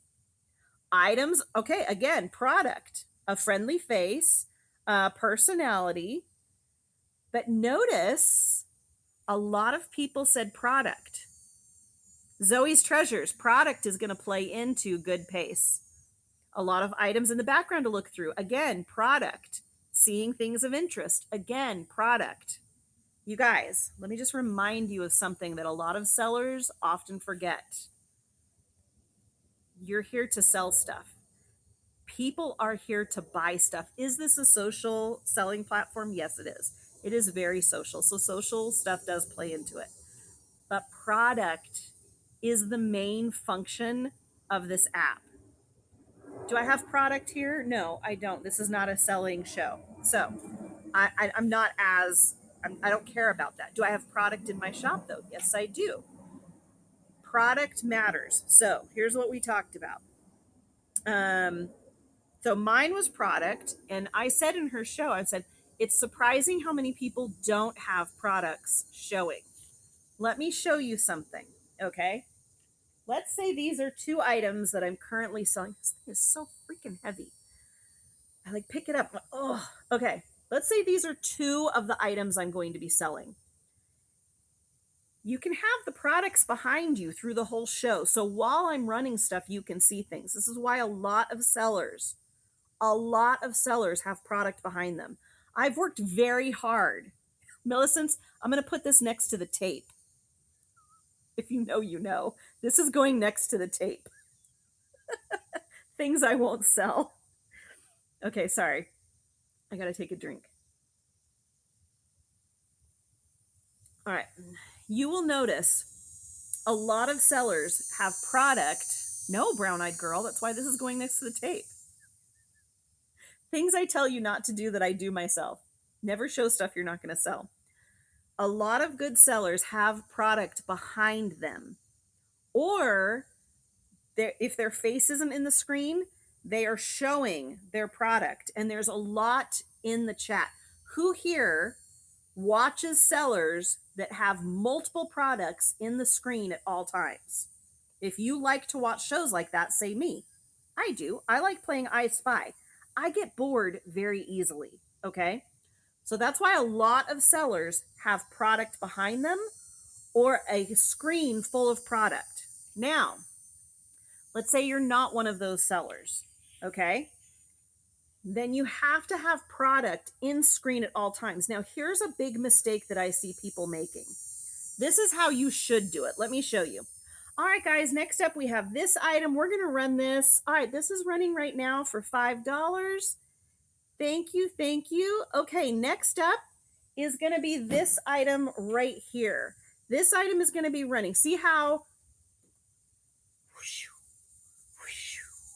And it never leaves the screen. And see how I'm showing it in the area that's above the chat? I'm not doing this. All right, next up is this item down here. 9 times you can do that because you sell coins. Don't brag. Okay. See what I'm doing? In the screen area, in the open screen. Let me pin something so you can see how big your screen area is. Okay. Some of y'all are showing stuff down here. Boring, boring, boring. Meet my friend. The goblet I won't sell. Meet this friend. The next thing I'm going to sell. Do you see how easy that is? Easy. Easy changes. See how easy this is? Easy fixes you can do for your shows. Now, here's what I'm seeing that's a big problem. I'm seeing this. All right, guys, next up, we're going to run this. Let me find it in the store.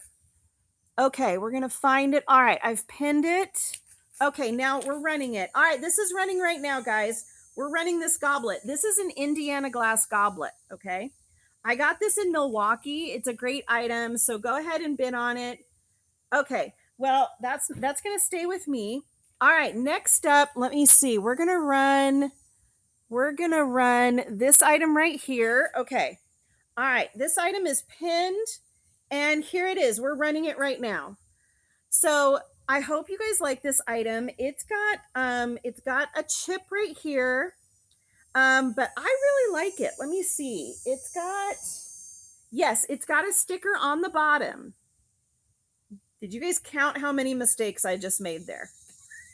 For some of you, that was very painful. I apologize. Okay. But a lot of new sellers, 9 times is like 37. I think it was even higher than that 9 times. Painful.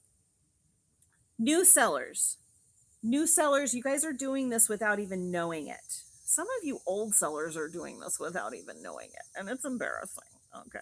Sometimes I do it, and it's embarrassing to myself, and I catch myself in a show, and I'm like, stop, Liz, get back on track, okay?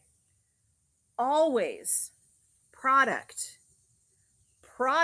As soon as this moves out of place, product. And if you can't do that, have product behind you, okay? Have the product behind you or have a bunch of product in front of you so that at all times there is something for people to look at. Now, some of you, are you doing randoms when you do that? It doesn't matter, K-Pot, whether I'm doing randoms or whether I'm doing, now when I was doing live unboxing, I had the boxes behind me, so there was no product behind me. The only thing that kept people in those shows was mystery and dollar starts. If I was not doing dollar starts, I would have lost, I would have only been able to keep 10 people in that room. I was able to keep 30 to 35 people in my room because I was doing dollar starts and there was mystery and I was finding bangers in those boxes, okay? But if I was just doing live unboxing, after a while, if I didn't have a banger show up, people would leave. There was nothing for them to be engaged with. Since then, I have set up the shelves with product in the back. Now, you will see this in shows. How many of you have noticed this? When the product is in the screen, or even when the shelves are on the screen, as things start to sell and things start coming off the shelves, there starts to be more negative space. There starts to be less to look at. If possible, if you're not doing, like, I know, like Zoe's Treasures, I've watched her shows and she has like a set number of items and they're behind her on the shelves. And as she runs them, there starts to be that empty space. But if you are a seller who has never ending supplies of product and you're not limited by the number of items you're running, if you remove an item from the screen, from behind you or from what you're showing in the screen, put another item in its place. Put something else in there. Trust me, a lot of us get, like, who here gets annoyed when there's too much negative space in what used to have product in it? I do. I sit there watching a show and I'm like, put something there. It's getting boring. And I sometimes scroll out when there's nothing new to look at. So, if you're going to remove product, have something there. Zoe's Mod also. Zoe's Treasures has Zoe's Mod, who can do the green screen thing and just add a background. Zoe's Treasure says, my 2 visible shelves are always last, and sometimes I move things to the center as I sell. That is so important. That is so important. Thank you for pointing that out, Zoe's Mod. If you have items behind you, you should run first, and you should arrange it this way. So don't base it on how the items are behind you. You set the items based on how you want to run them. Run the stuff that they can't see. What's behind your head? Run that item first, right? What's behind your shoulder? Run that item first. Zoe's Mod is very careful. The stuff that's on the top shelf goes last. This stuff here, like, you want those to run last because those are the attention keepers. If somebody requests an item from here, you say, oh, don't worry, that will get run. But no, I'm not running that right now. That's keeping people in here, right? TBC production is always reloading the shelves during a show. Smart.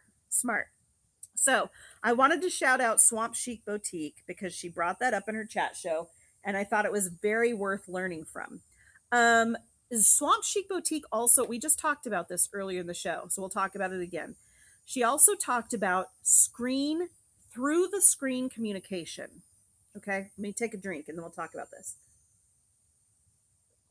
All right, Swamp Chic Boutique talked about Swamp Chic Boutique. Hello. Well, thank you for having a great chat show. So I had something to shout out.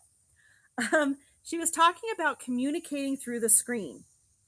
Who here has a naturally monotone voice or a naturally monotone face, or who here has been told they have RBJ or RJF, resting jerk face? I don't use the other term. I think that's mean to women.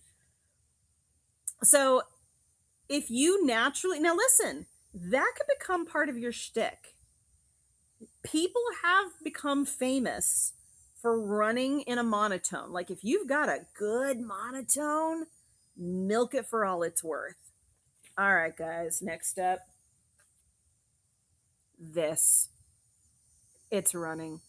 People can make a lot of money that way. So I'm not saying don't do that. But is that what you want them to see? It's true, Sable. Listen, I want my son to sell on here so bad. He is the most monotone person you've ever seen in your entire life. Okay, real quick, funny story about my son. He's a big guy. Did you guys ever, were any of you in here when I had him sell jewelry? And he was like, all right, here's another brooch. Buy it, because it's a brooch. And I guess you guys need that kind of stuff.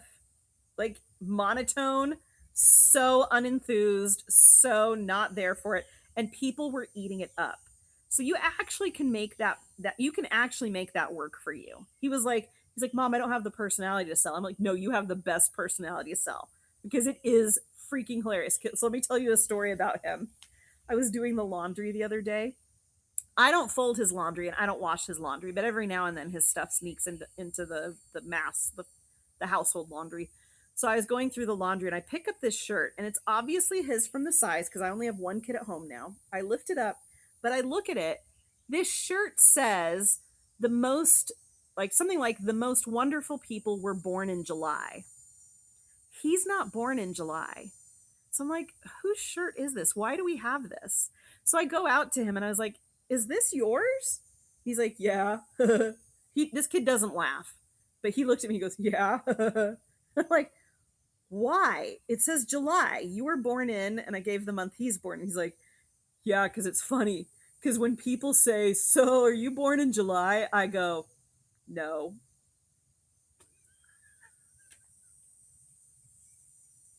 That is my kid to a T. He won't laugh when he says it, but inside he's dying because he thinks it's hilarious.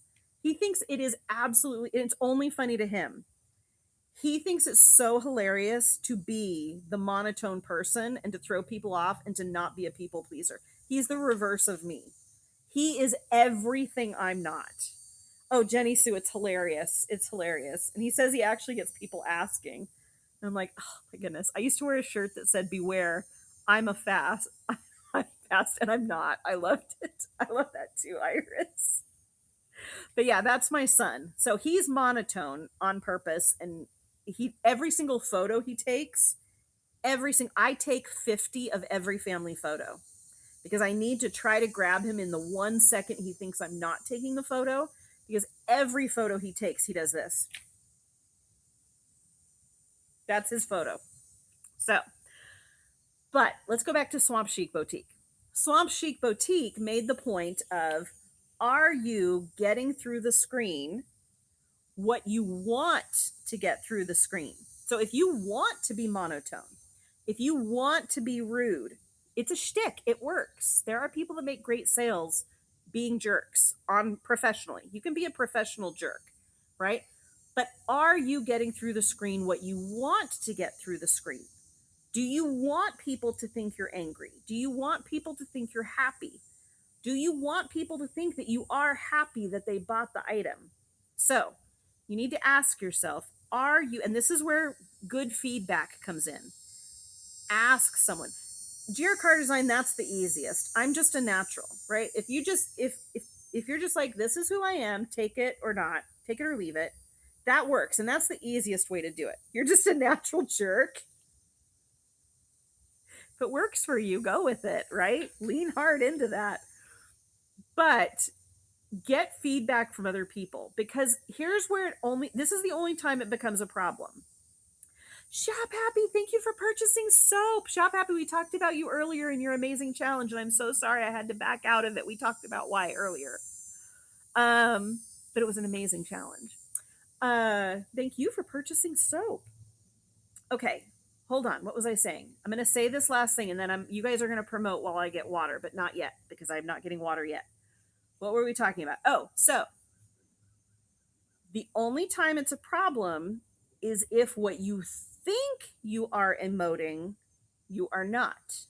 So if you think in your head, I'm a pleasant ray of sunshine and I'm on here selling in my happy place. And the feedback is, you look like you hate selling on whatnot. That's important to know. That's important to know. So if you feel like you are selling one way, but you actually are coming across another way, you need someone to give you that feedback. Ask your moderators. Listen to your moderators. If your moderators make it sound like they're concerned about you, I've had this happen to me. My moderators are like, how are you doing? It seemed like you were struggling. And I was like, no, it's perfectly fine. I went back and rewatched my show and I was like, oh, I do look like I'm struggling there. I stopped standing up straight. I stopped smiling. I stopped my energy. I just stopped being self-aware of what I was putting out there. So the attitude that comes naturally to me when I start a show wears off after about an hour and a half. And I started noticing, okay, an hour and a half in, without me knowing it, my personality changes. Good morning, Lala Girl. Lala Girl was one of the moderators that helped me figure this out. So I have learned that once I hit if I'm going to do a long show, I watch for my moderators to let me know if I see any concern from them. If they say take a drink of water, if they say, hey, are you doing okay? I know instantly. But I also now know at the 1.5 hour mark, I need to start faking it. I need to start acting happier than I feel because even if I am happy, I'm not showing it after an hour and a half. I just naturally start drooping. So, I really liked that Swamp Chic Boutique pointed that out. All right. Everybody share your shows. I need to refill my water. So, and I'm not going to run because I'm low energy today, remember? All right. Share your shows, share your pin shows. Tell us your goals. Tell us if you're trying to get followers. Tell us if you want bookmarks. Tell us if you're struggling. Put it out there in the chat. I'll read when I get back.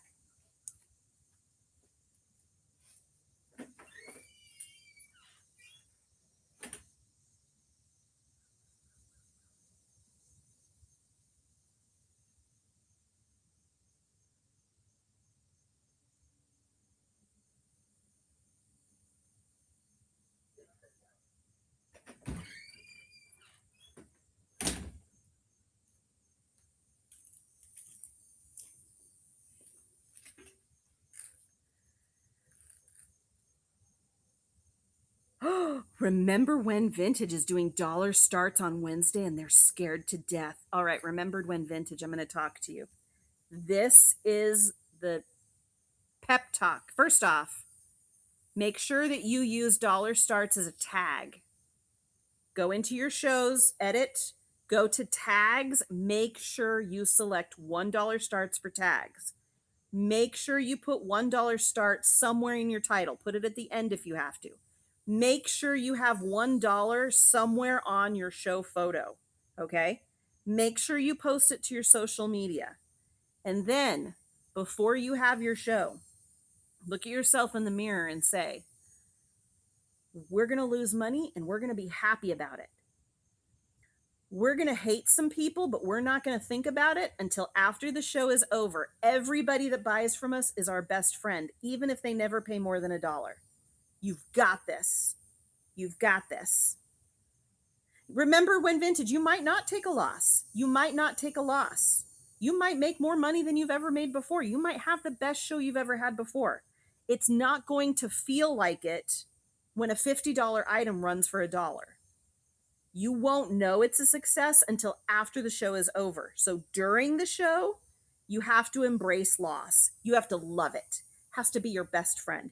You have to be so excited that you gave someone a great deal that doesn't feel like a loss. Okay. Then you do your data. The data will tell you, listen, I did dollar starts for like 4 months. Yes, you have to tell yourself, I love being poor. Thank you so much.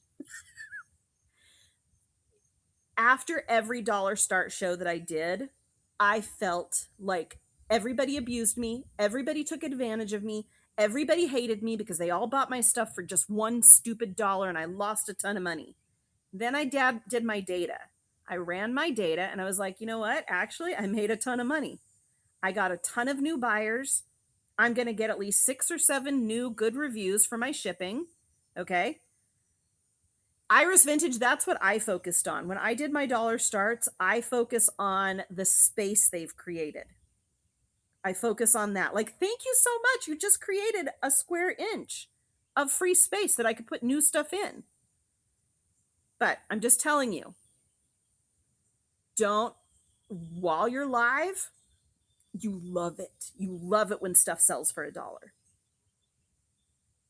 Because as soon as something sells for $1, you're going to have this you're going to be trying to smile, but your brain is going to be going, oh no, I made a big mistake. Oh no, I should not have done this. Oh, should I raise my prices? Should I end my show early? What should I do? And you're going to freak out and spiral. Don't do that. Don't do that. Keep your show going for as long as set a time. You have to stay live until you sell so many items or till the clock hits so much time. And then during the live show, you did not buy those items. You are only an employee. Your only job is to get those items sold. You don't care how much they sell for. Your only job is to be up there and smile and make people feel really happy about what they bought. I'm glad my friend sells for me. You can't see my face. Oh, perfect. If you hired someone to do your selling for you, Perfect, because they're not going to show that emotion on screen. Yes, let it run. Also, let it run into failure so that you know what to change for the next show, whether it's start price or selling style or whatever. Sometimes the data from the loss is worth its weight in gold. So, just going to say, I hope that helps.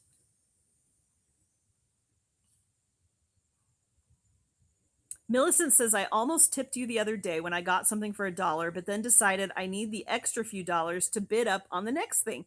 Thank you, Millicent. So I think you get it one way or the other. Exactly. I have had people tip me when they win something for $1. And then I've had people do exactly what you're saying there. It's like, oh, I got a good deal. Well, I'll help boost the bids for the other items. You know, like I'll put my money there. And I find that honestly to be more valuable oftentimes because the tip just stops at the tip. The bidding up, that's invaluable. Okay, last shout out, and then we'll talk about our topic of the day. Oh, we have two topics of the day: customer service and when and how to bundle on the fly. Whatnot sellers. Somebody tag whatnot sellers. Yeah, tips don't boost the algorithm and they don't encourage more bids. But I do love a tip. I do love a tip. So I'm not saying don't tip. Thank you, Sabaloo and Wild Hope. Hi, Wild Hope. Both Sabaloo and Wild Hope tagged Whatnot Sellers. If you are not following Whatnot Sellers, please follow them right now. They do not sell stuff. They are Whatnot employees giving advice for selling on Whatnot. They have Whatnot data that they share. They have Whatnot tips and tricks. They can guide you to stuff on Whatnot. So please follow Whatnot Sellers. Whatnot Sellers. Oh, dag nabbit, I forgot to do it. I'm so forgetful. I wrote it at the top of my notes and I forgot to read it. Well, we're at that point in the notes, so we'll get to it. Whatnot Sellers, their last support show that I caught, which I don't even remember what day it was because it's been a migraine week. They said, what are you doing today for the tomorrow you? So I'm going to ask you, what are you doing today for tomorrow you? Now, some of you already know the answer to that question, some of you don't. So here's my challenge that I was going to give at the beginning of this show. You guys are here listening. I'm not selling anything. You can buy stuff, but I'm not selling anything. I'm just here talking. So a lot of you are listening. A lot of you are doing stuff while you're listening. If you're not doing something, do something. Okay? Look around you. Is there a shelf that you can wipe off? Is there something you can list?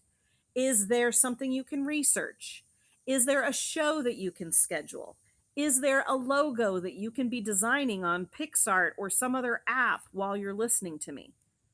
I want you guys to all pick something small that you can do while you're listening to me. Can you run a load of laundry? Can you pull out the chicken from the freezer? Can you do your job?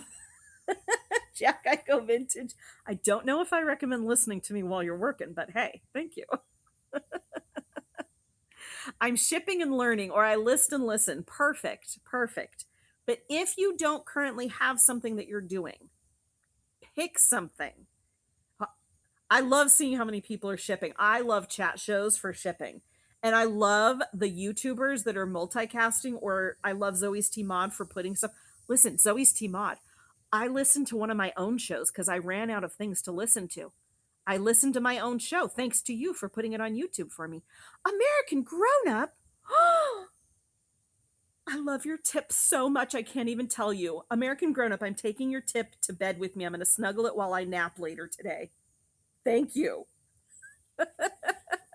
Millicent, I ran out of things to listen to because Whatnot doesn't let you rewatch past shows. And I don't like watching all chat shows. And I ran, that's not creepy at all. You tip me today. I'm going to snuggle it in bed later with my nap. American Grown Up, thank you so much. Thank you for valuing what I do here and showing it monetarily. I appreciate it so much. You don't even know. The Serial Hobbyist, I just finished exercising. I'm on my fourth load of laundry and about to put clean sheets on the bed. Serial Hobbyist, Air 5. Way to go. Way to get it all done. Way to get it all done. Red Rooster says that's why I multicast my chat shows. I miss the past show feature. Oh, Red Rooster. I'm screenshotting that to remind myself that you're on YouTube because sometimes I forget you are. Red Rooster does some really good chat shows, guys. I mean, I bet Liz is a great cuddler. I am not. I am not SS Vintage. That money will be sweaty, very sweaty before the nap is over. Have I grossed y'all out enough yet? Miss Jenhen! Miss Jenhen, were you here? Oh, Miss Jenhen, I'm going to talk about the bundling on the fly. I think it was you that I told you I would. Okay. Michi says, I'm working and listening, only one in the office, and have you on high volume when going back and forth to copy room in my office. Well, I feel very honored. Crystal's Vintage Collection says, sometimes if I try to be productive, the talking keeps me from focusing on my task, depending on what the talk is about.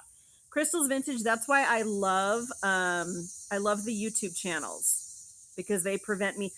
And that's why I try to do you guys a favor. When I'm responding to someone, I try to read the name and read the chat so you don't feel like you have to come back to the screen to look at what I'm talking about. I do that for you so that you can keep focusing on the laundry and the dishes and the listing.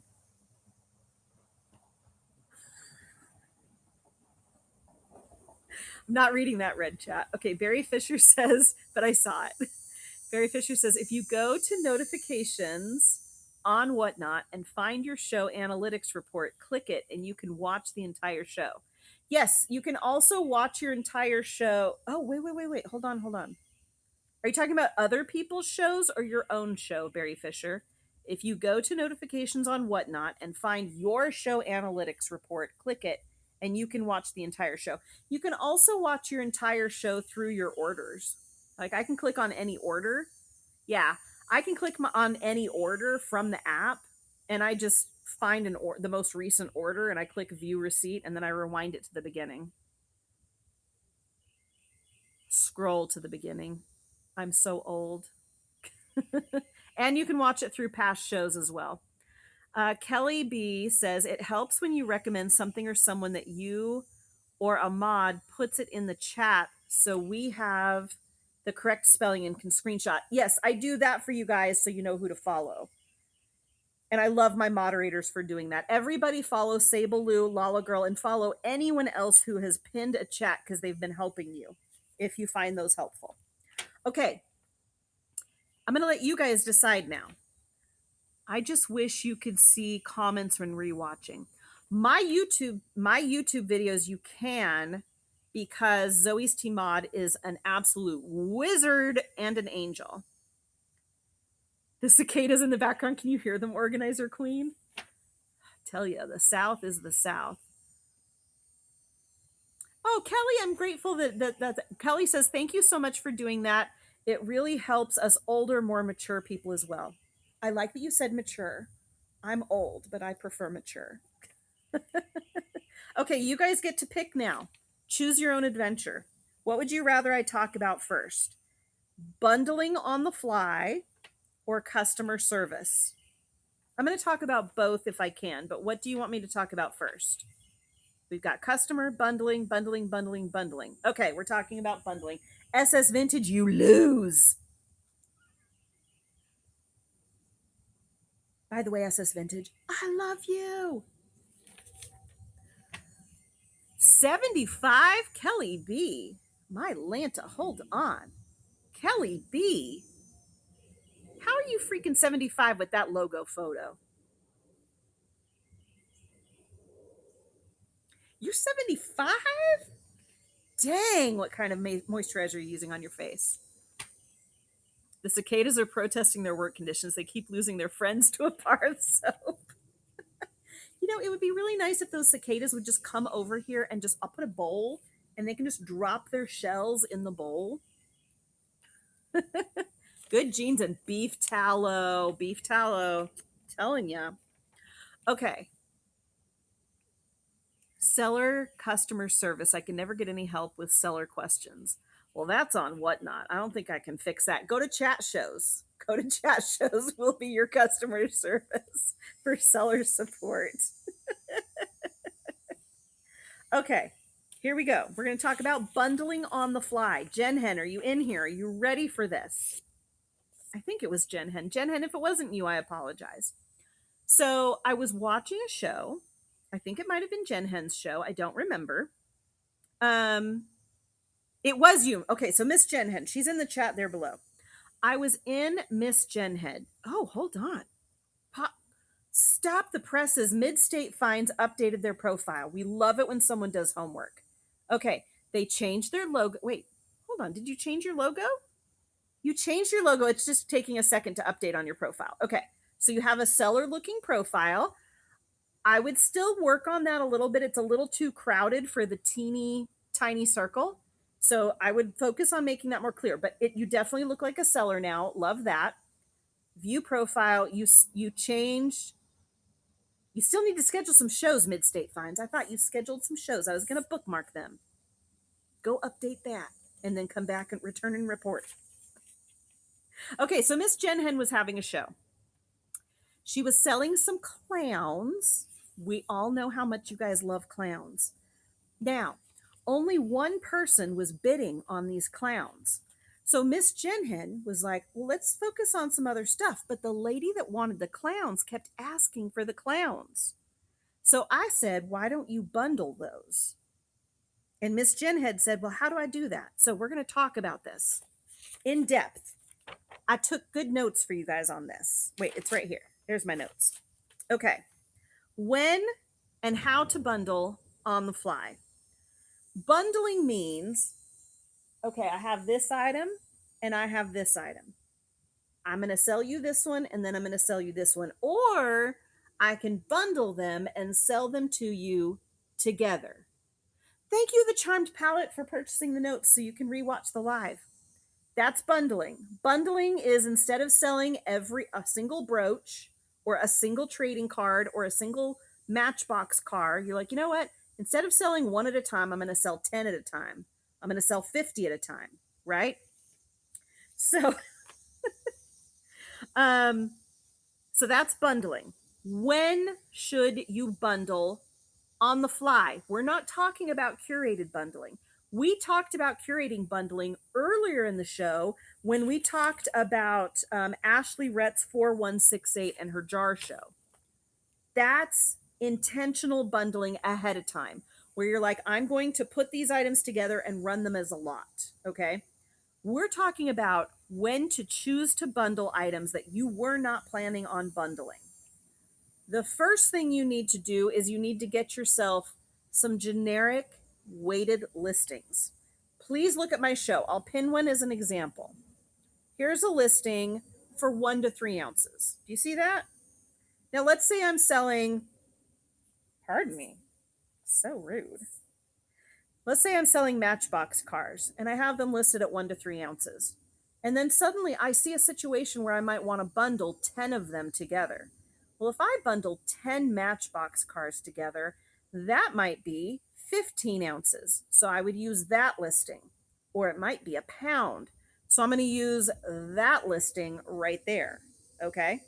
Having generic listings in every show you do is going to give you a lot of flexibility.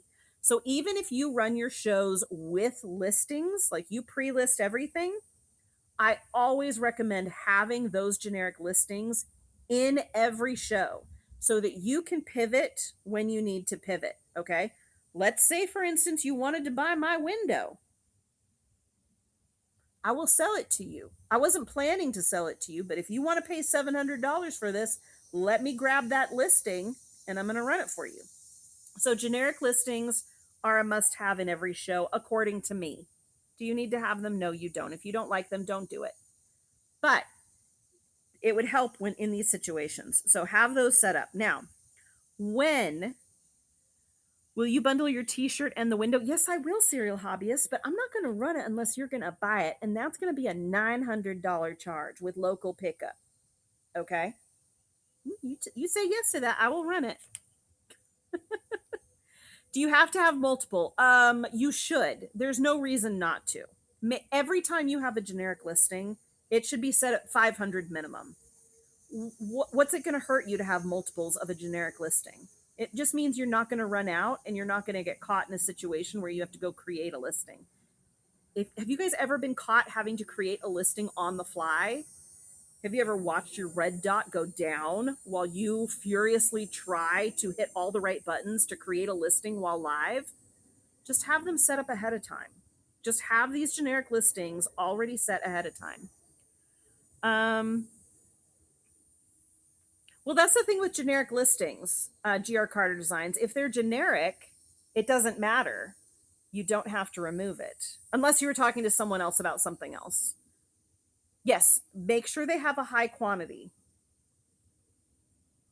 Okay, something's, you guys are talking about situations in the chat. I haven't seen those. I haven't read those. So keep talking amongst yourselves. When should you bundle on the fly? When should you say, okay, wait, hold on. Let me unpin this so we have more screen. Okay. So you were planning on selling these separate. When should you choose to bundle? It's not because someone requested you to, unless you want to. Just, we're going to get to that. But here's situations where you should. Yes, Zoe's T-Mod, if you think it would increase the value. Here's when. You're selling similar items and they are all selling for the same amount. So let's say I have 50 cups. They're all the same size. They're just different colors, okay? If I have 50 cups and I'm running them for $3 each, and every single one that I put up sells for $3, or if it sells for $3. Why not run 3 of them for $9? I'd save on that 30-cent fee on each one, right? Plus, the weight of 1 cup is going to be higher than the weight of 3 of them because I don't need to take shipping as much into account because these stack together. Let me see. Do I have my example? My example for this one was I was watching a show. I've talked about this one before. Watching a kid selling Hot Wheels. Every Hot Wheels he put up on the screen sold for $1, or it didn't sell. But every single one that sold for $1. I'm like, this kid's making like 40 cents on each Hot Wheel. So in the chat, I put, this was before Red Chat, I just said, hey, you might want to run 10 for $10. You'll make way more money. Because he was getting eaten alive by fees. And he's like, well, I don't know. They're selling pretty good at $1. And then other people in the chat said the same thing. His buyers were like, no, go ahead and do it. She's right. She's right. You'll make more money. They're like, we're going to buy it anyway. We're just going to buy it at $1 each. We'll buy it at 10 for 10. So he ran a set of 10 for $10, sold. He ran another lot, 10 for $10. Were people bidding? No, they weren't bidding it up. They still sold for $1 each. But this kid made more money because of the fees, and he sold more product, meaning he could make money in less amount of time, which means that he could make more money over the same amount of time. Does that make sense? So choosing to bundle is when you're selling similar items. So let's say brooches. The other night I was selling brooches. I didn't know I was going to have brooches. I had brooches. I was selling them for $1. They were all selling for $1. And I was like, I'm not going to keep doing this. So I did a bundle on the fly. Wait, I have this as an example somewhere else. Hold on. Oh, stacking for bids. Sometimes stacking, like Zoe's T-Mod says, is going to increase the value of an item. So I was running brooches, and I know these brooches are worth more than $1, but they were all selling for $1 because people were like, oh, hey, she's got a lot of brooches. If we all take turns, we can all get one for $1. This happens, you guys. If you don't think this is happening, this is happening. So what I did was I said, you know what? We're going to bundle to increase the value of these items that are worth more than $1. So what I did was I would show 5 brooches and say, all right, here's the brooches. We've checked them over. They're all good quality. There's no issues. I'm going to run it 1 at $1. If it goes to 3, I'm putting another brooch in, and then every dollar after that, I'm putting more in. Those brooches sold for more than $2 each because I was stacking to bundle. There's a warning with that technique. If you stack to bundle, you cannot change the weight ahead of time. So be prepared for having to possibly pay out of pocket for weight because you can't change the weight if you're stacking as you go, because there's no way to know how big that stack's going to get. So just be aware of that. So if you're selling similar items and they are all selling for the same amount, why not bundle and change your start bid to match that amount? You can also bundle and start at you could say, let's do 10 Hot Wheels for $1. You could try that out. You might get more bids just because of bidding fever. People buying into it, they're like, yeah, I'll take it for $1. Okay, I'll still take it at $5. Well, now you're in competition and you might pay $12 to $15 where you would have only paid 10 had they started at 10. That's for you to choose whether you're going to change the start price. But if that's the only reason you don't bundle is because you're worried about the start price, bundle it and fix your start price. If you're like, well, I'm selling them for $3 each, bundle it and multiply it times 3. The other time to bundle on the fly, you're selling similar items and one person is doing all the buying. This goes back to Jen Hen's show. She was selling clowns. Only one person wanted those clowns. That was slowing her down because she knew she had a buyer. She knew that buyer wanted those items. So she wanted to keep running them because she had a guaranteed buyer. But not everybody likes clowns. So you're going to start losing people who don't want to sit around while you sell to one person all the clowns. So that's when in a show, when I notice that happening, that one buyer is buying all of that same item, I say, listen, it looks like you like this stuff. You really like cups. I have 2 cups left. Instead of doing them at $10 each, do you want these 2 cups for 20? One brave soul buying clowns, right? Titus Forge. They like nightmares.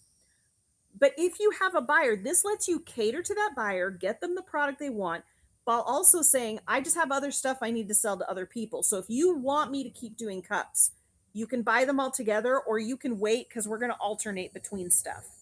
That's a good time to bundle, is when you're trying to cater to one buyer, but you're afraid you're going to lose your other buyers. Give that buyer a chance to buy everything all at once. And here's the thing. We'll talk about that in a second, but we are going to talk about this real quick. You choose the price. You can run the whole bundle at your going start price. Like if you're doing dollar starts, you can run that bundle at $1. You can multiply that bundle based on the dollar start, saying, well, I was going to do these at $1 each. I'm going to run it for $2 because there's 2 items. Or you also can say, because this is less likely to get bids, I will sell all of them to you.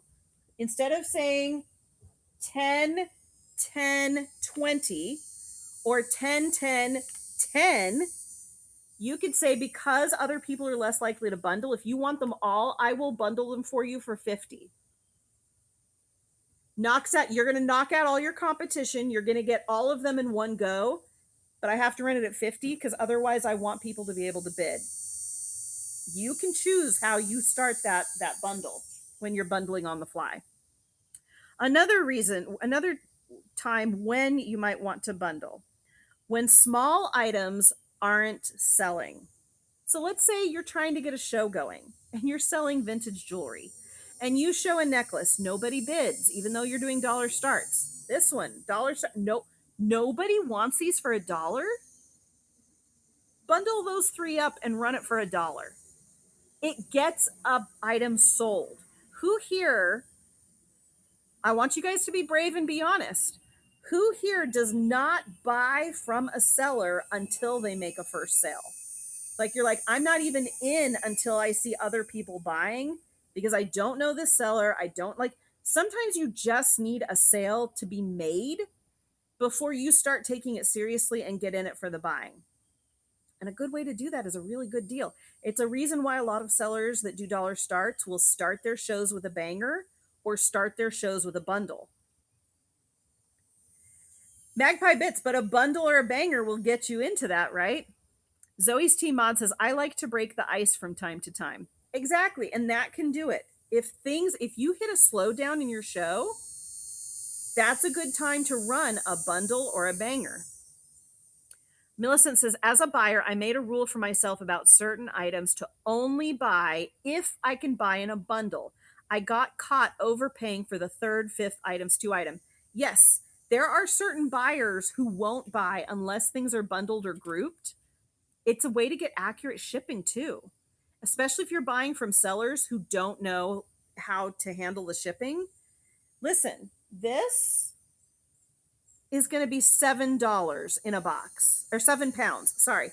This is going to be £7 in a box.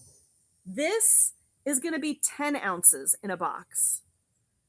If I bundle these, I'm not putting these in at £7 plus 10 ounces. I'm putting it in at £7. This is just going along for the ride. This one's a freebie. So bundling ahead of time can often get you the most accurate shipping. The icebreaker sale is a real thing. It is something that a lot of sellers utilize. If you are dying because you're live and you've got viewers, it's not that you don't have viewers, you just can't get something sold, run it at $1, bundle it up, or run a banger.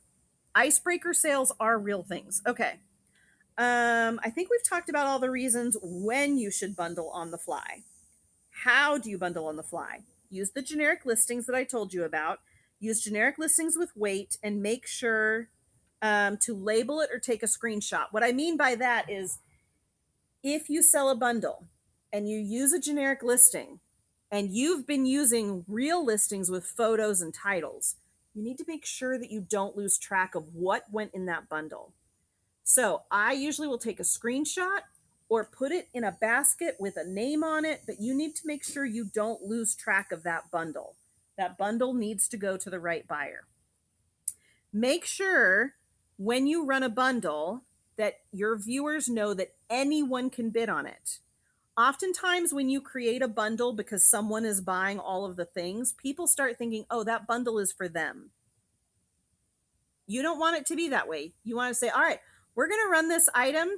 Just so you know, it's still an open auction. Anyone and everyone can bid on this bundle. Unless you don't want to do that. If you want it to go to the one person, make sure that that's clear. But in auctions, people should be allowed to bid on anything. Do not do a bundle if it's going to slow down your show. So when I was in Miss Jen Hen's show, I recommended bundling. And then I heard some hesitancy on her voice, and I was like, don't worry about it. I'll talk about it in my Monday show. Don't worry about it right now.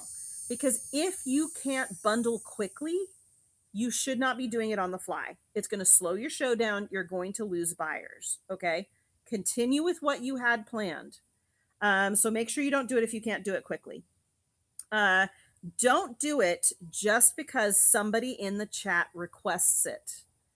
There are buyers who will try to manipulate new sellers by convincing them to run things in bundles. Sometimes a bundle request is a helpful thing. When I was helping that Hot Wheels kid, I was helping him make money. Everybody else knew it too. But there are people out there that will try to get you to bundle simply to prevent other people from bidding against them. So make sure that you are bundling because you saw a profit opportunity and you chose to do it in your show, not because somebody else is pressuring you to do it. Thank you, Miss Jen Hen. I'm glad that that was helpful to you. I find the generic listings very helpful for any situation. Okay, what else were we going to say? Oh, we talked about this before. Feel free to change the price to match the value and to compensate for it, lowering individual value and increasing the weight. So again, you can set the price. You get to set the start bid. It's not up to the viewers. It's not, if you were doing single items for dollar starts, you can do a bundle at $1. You can do a bundle at items times one, like 10 items for $1. That's going to be $10 for this bundle. Or you can raise the price beyond that and say the value of getting the whole bundle is worth more than the individual bids. So I'm going to charge more. Mel's says, and return scams for bundles. You can't return just one item in a bundle. The buyer will say one item is missing and get a refund for the full bundle value. Yes, Melly's, that's why I like to do screenshots and I try to show everything. You guys will see me when I do my screenshots during my generic listing shows. I will try to, like, I'll fan them out and get them all in the screenshot so that I can so that if they say something's missing, I'm like, no, this is what I screenshotted. That's what they bought. That's what I sent. It's not going to stop scammers, though. They're still going to lie. All right, that is bundling on the fly. Are there any questions about that before we shift to customer service? And while I take a drink, everybody share your shows. Share your shows while people type in questions if they have them. I'm going to drink and breathe. I did get heated. Yes, Kelly's Place. I agree with you. Everyone hydrate. Everybody drink some water or whatever beverage you have nearby you. Unless it was last night's naughty drink. Don't drink that. It's there's a dead fly in it. It's like I better check. I'm surrounded by bugs out here. I hope I don't have a fly in my drink. I have had that happen before. It's nasty. Flies are just like raisins. Kelly's Place. I am surrounded by cicadas. Ooh, a frozen Diet Pepsi. Swallowed a spider once doing that on accident. So nasty. Yeah, Miss Jenhead, I once swallowed a huge chunk of graham cracker because I shared my drink with a kid. Mel's Collectibles? You guys, we just got rated by Mel's Collectibles. Everybody say hi to Mel's in the chat while I let you know. And we're sharing shows right now. So feel free to share your shows, everyone. I'm going to tell you guys that Mel's Collectibles is doing costume and sterling vintage and antique jewelry on August 26th, 11 a.m. Eastern Standard Time. And they're doing fresh picked Friday estate sales on August 28th, 11:30 a.m. Eastern Standard Time. Thank you so much for the raid, Mel's Collectibles. I appreciate it. All right. Let's talk about customer service. If you're doing your promotes in the chat, you've got 10 seconds. 10 seconds to get it in. Ready? 10, 9, 8, 7, 6, 5, 4, 3, 2, 1. All right. Save your promotes for the end of the show. We're going to talk about customer service. Does everybody know that customer service is coming September 1st? Thank you, Mel's, for rating. Does everybody know? Sabaloo knows. Do you guys know customer service is happening September 1st? That's what they're saying. Let's see if it's true, right? A Reworker's Passion, did you request to have it or did they just give it to you? A lot of people requested to have it, and I think it was smart. A lot of sellers request, you can request right now to get it right now. If you don't request it, it is going to be thrust upon you come September 1st. So brace yourselves and prepare for the worst. It's really not going to be that bad, you guys, okay? If you go to your Lips Girl, if you go to your Seller Hub on your app, click on your Seller Hub, there's going to be a banner that says customer service is coming. Tap on that. You can request to be in the customer service program early. Red Rooster says I was able to test it a year ago. I loved it, but it's not available in Canada. Oh no. You found it. Good, Lips Girl. Okay, so you can request to be in the customer service program early. Did I request to be in the customer service program early? What do y'all think? What do you think? Did I request to be in the customer service program early? No. And you know why? Because I'm lazy. Also, I'm very good at customer service. I've been doing customer service for eons, so I'm ready for it. I know how to handle it, okay? I'm okay with it. If I was not okay with it, I might have asked to be in it early so that I could figure it out before it came. Yeah, it's really not bad, a Reworker's Passion. It's what every sales site has to do. If you think that you can continue on in a sales company or a sales business or a sales for anything and not be part of customer service, you are lying to yourself and reality is going to slap you so hard. So it's just part of sales. Like, don't try to avoid it. I'm not avoiding it. Whatnot's been saying they were going to have us do it since time began. As soon as they started it, like having people opt in, I knew it was coming. So I could have requested to be in it. I just thought, hey, if Whatnot wants to spoil me and take care of it for me, let them. Thank you, Whatnot. I've thoroughly enjoyed it. I have thoroughly enjoyed not having to handle it. But it doesn't mean I'm avoiding it. I'm totally ready for it. I've been doing it for years. For years. Do you know how many of these wrinkles are due to customer service? I'm ready. I've got this damn down. Okay.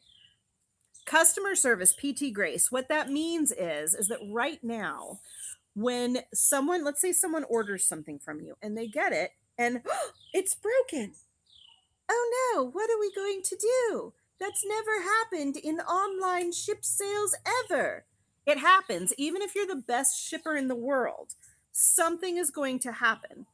Customer service is dealing with those situations. Okay. Someone got an article of clothing and it didn't fit them. Oh, my Lanta, the end of the world. You have to deal with it. Someone got an item from you and it smells like smoke, even though you warned them it smells like smoke. Oh no, what are you going to do? You sell someone a sugar bowl and you show it without the spoon and they get it and it still doesn't have a spoon in it. They're going to have a problem with that. How do I know? Because that happened to me. Okay. That's customer service. It's dealing with people who don't like. Now, listen, sometimes customer service is dealing with customers who are unrealistic. That happens a lot. You're going to have to deal with that on a higher level than you've been doing. Then there's customer service dealing with situations that may or may not be your fault. You shipped the wrong item to the wrong person. It's happened to almost all of us. It happened to me. Only did it once, never did it again. Okay, it happens. Sometimes you ship something and you skimped on the shipping supplies or you used a box that you knew you shouldn't have, but you thought you'd take the risk anyway and the item broke. Sometimes you ship that thing ready to handle Fort Knox, but you had a postal worker who was quitting that day and he decided to do the Macarena on top of your package and he chose to make sure it broke. I don't think that's ever happened, but it might have happened. Okay. Customer service is dealing with all of those situations, including situations where the customer is wrong, you know they're wrong, you have proof they're wrong, and Whatnot still wants to force you to give them customer service. That's going to happen. You are selling on Whatnot. This is not your platform. This is Whatnot's platform. So sometimes Whatnot, it's kind of like when your parents, like your brother hit you, so you hit him, and your parents are getting mad at you because you hit him, and you're like, yeah, but he started it, he hit me first. And your parents are like, well, tough cookies, you need to go apologize. Is that fair? No, that's not fair. But are you living in your parents' house and are they the ones that want this to go away? So you have to go apologize even though you weren't in the wrong? That's going to happen to you here on Whatnot because Whatnot, there's going to be situations where Whatnot is like, listen, okay, they're wrong. It doesn't matter. Give them the refund. We want you to give them the refund. They're a new buyer on here. We want to keep them. We don't want you to be the reason they stop buying on here. So give them the refund if you want to keep selling on here. Is that fair? No, it's not fair. Do you still want to sell on their platform? Then do the refund. Okay? That's how this is going to work. Am I getting heated up? Yes. Do I need to calm down? Yes. Do I need to take a drink of water? Absolutely. Are we all going to get heated up about this? Yes, we are. Do we all need to take a deep breath and take a big drink of water when this happens to us? Yes, we do. Yes, we do, because life sucks sometimes. Life is unfair sometimes. But here's the thing, your business should be able to absorb that. Your business should be able to handle that's not fair. Your business should be able to handle the requirements of selling on a platform that's made you the most money that you've made doing resale.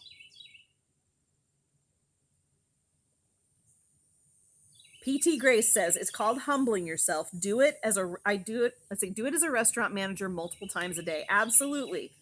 Sometimes you need to kiss a boot that's a little dirty. Now, some of you are saying, I would never kiss a dirty boot. You stick to those principles. Absolutely. You might not be allowed to sell on Whatnot anymore if you stick to those principles hard enough. And if you're okay with that, then that's wonderful. And we all envy you. But there are people who have kissed a lot of boots to get to where they're going. Okay? I try to kiss as few boots as possible. I try to clean those boots up before I ever have to kiss them. I have a set amount of boots I'm willing to kiss in this lifetime. So I rarely have to do it. I would rather double my packing supplies and take a loss on shipping in order to not have to kiss that boot. I would rather give you your money back and give you something, a coupon on top of that, to not have to kiss that boot. There are ways to not kiss the boots, people. It's called good business and good customer service. But sometimes, yes, you do have to kiss a boot. Okay, M&B Vintage, how is Whatnot going to manage the refund abusers? We don't have access to the buyer's history. Whatnot will still have a Walmart policy. They will still have a you do too many returns and you're out. Also, you as the seller, you have the right to block buyers who ask for too many refunds. And if one is too many for you, you have the right to block that buyer. Okay? If you're like, if somebody buys something from you and they're like, this had a tiny dent on the back of it where nobody can see on this 100-year-old antique that I got for $2. You best believe I will never let that travesty happen to you again. I will protect you, dear sweet soft buyer, by blocking you out of my shows. Because I love you. Christina Fay says, so if something arrives broken, do you send the buyer to Whatnot service or handle yourself?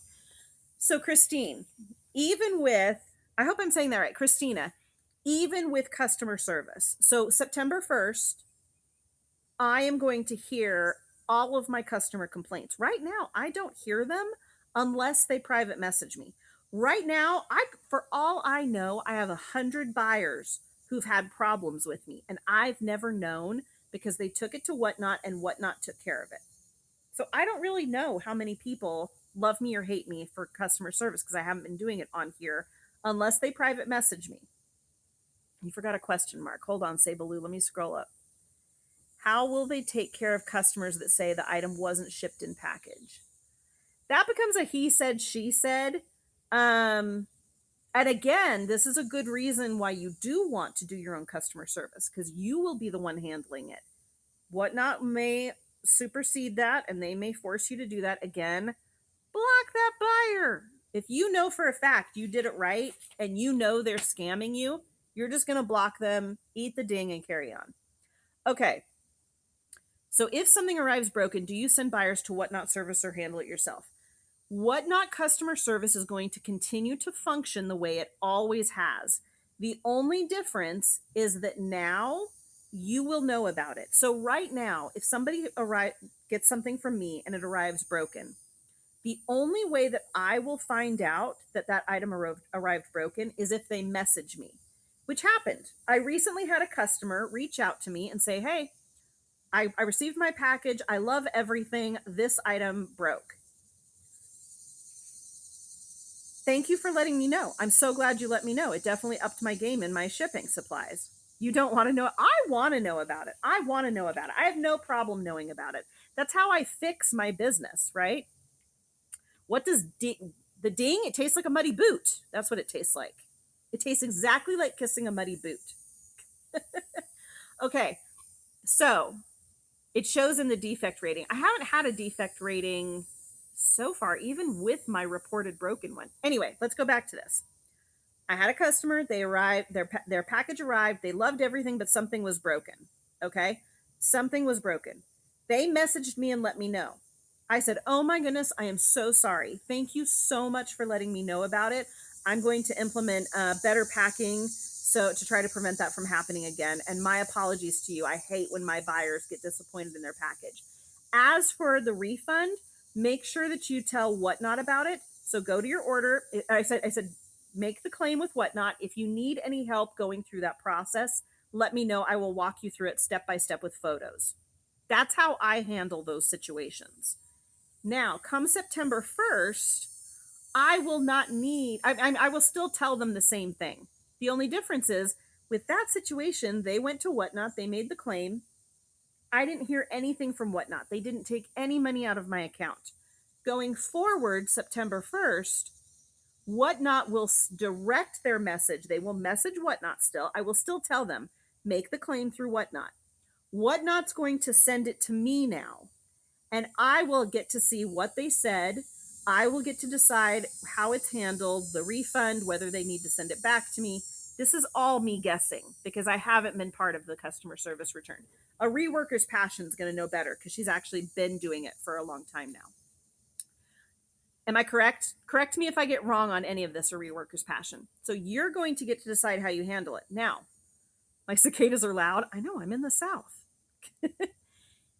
If, let's say, someone comes in and they say, they put in a claim to Whatnot. I want a refund for this item. It's the wrong size.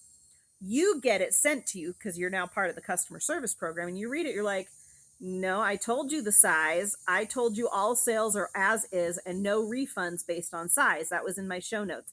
You reject the refund request. Whatnot has the power to force the refund. Comes to you, you have to respond in 48 hours. Yes. And Reworker's Passion, if you don't respond in 48 hours, Whatnot will just do it for you, won't they? That's how eBay works. You can't reject refunds. Oh, interesting. On eBay, you can reject a refund, but then eBay can force the refund if they choose to. Interesting. Zoe's Treasures is also part of the customer service thing. So you can't reject refunds. Oh, you get to do partial, though. Okay, so partial is good. Partial, full, or escalate to Whatnot. So you do get to bump it back to Whatnot. And so to me, escalate to Whatnot is rejecting it, right? Like, isn't an escalate to Whatnot a rejecting? You're like, I'm not going to process this. Whatnot, you're going to have to decide. When the program started, you could. Now there were too many refusals, so they don't. Only if you can resolve it. Okay. Nacho Cheesin says you don't have an option to reject, but they view a response with info as a rejection. Then they can escalate it if they want to. Oh, interesting. Okay. Reselling Everything says, I wonder if Whatnot will continue to scrub bad feedback for big sellers who deny refunds, but Whatnot issues refund, then removes the feedback. Reselling Everything, I wouldn't even pay attention to that. None of that affects your business. Let the big wigs and the big company do what they want amongst each other. I never have been, never will be, never want to be one of the big wigs who's getting my back scratched by Whatnot. So I only focus on me and my little world. Don't even look at that. Don't even question that. Is it happening? Yes. Is it going to happen everywhere? Yes. Does it affect you? No. So just let it go. Nacho cheese. Oh, but see, that's only your email, because I bet if I asked them the same question, they would say it a little different. Christina Fay says some seller, and I only say that because I've emailed Whatnot and they've given me answers, and then someone else emails them and they get a different answer, and then I will re-email and then I'll get a different answer based on, from the first answer. Just depends on who's looking at it. Christina Fay says some sellers say to send them a message with pics of the item and they'll take care of it. Yes, some sellers do. I do not recommend that. Like, if the person that messaged me and said, hey, I received my box, this item was broken. If I said, okay, hey, I'll PayPal you $10, that's not going to stop them. It might if they're an honest, nice person. But if they want to, they can take my $10 PayPal. They can take my free item coupon, and then they can still file the claim with Whatnot and get that money back anyway. So no, this is how the policy works. The claim goes through Whatnot. That's how I do it. And if I don't want the ding, then I either stop selling or I improve my systems to prevent the dings from happening. But you shouldn't try to avoid the consequences of selling online. A Reworker's Passion says if resellers are refusing, they are not in the program yet. Very good point. Very good point. Nacho Cheesin says, I contacted Trust and Safety about not having the option to refund. They stated that responding but not acting on the options is rejecting. That's what I was basically saying, Nacho Cheesin. If you bump it, if you escalate it to Whatnot, that is rejecting it. So that is a rejection option. So I agree with you on that. You're very welcome, Christina. I hope it was helpful.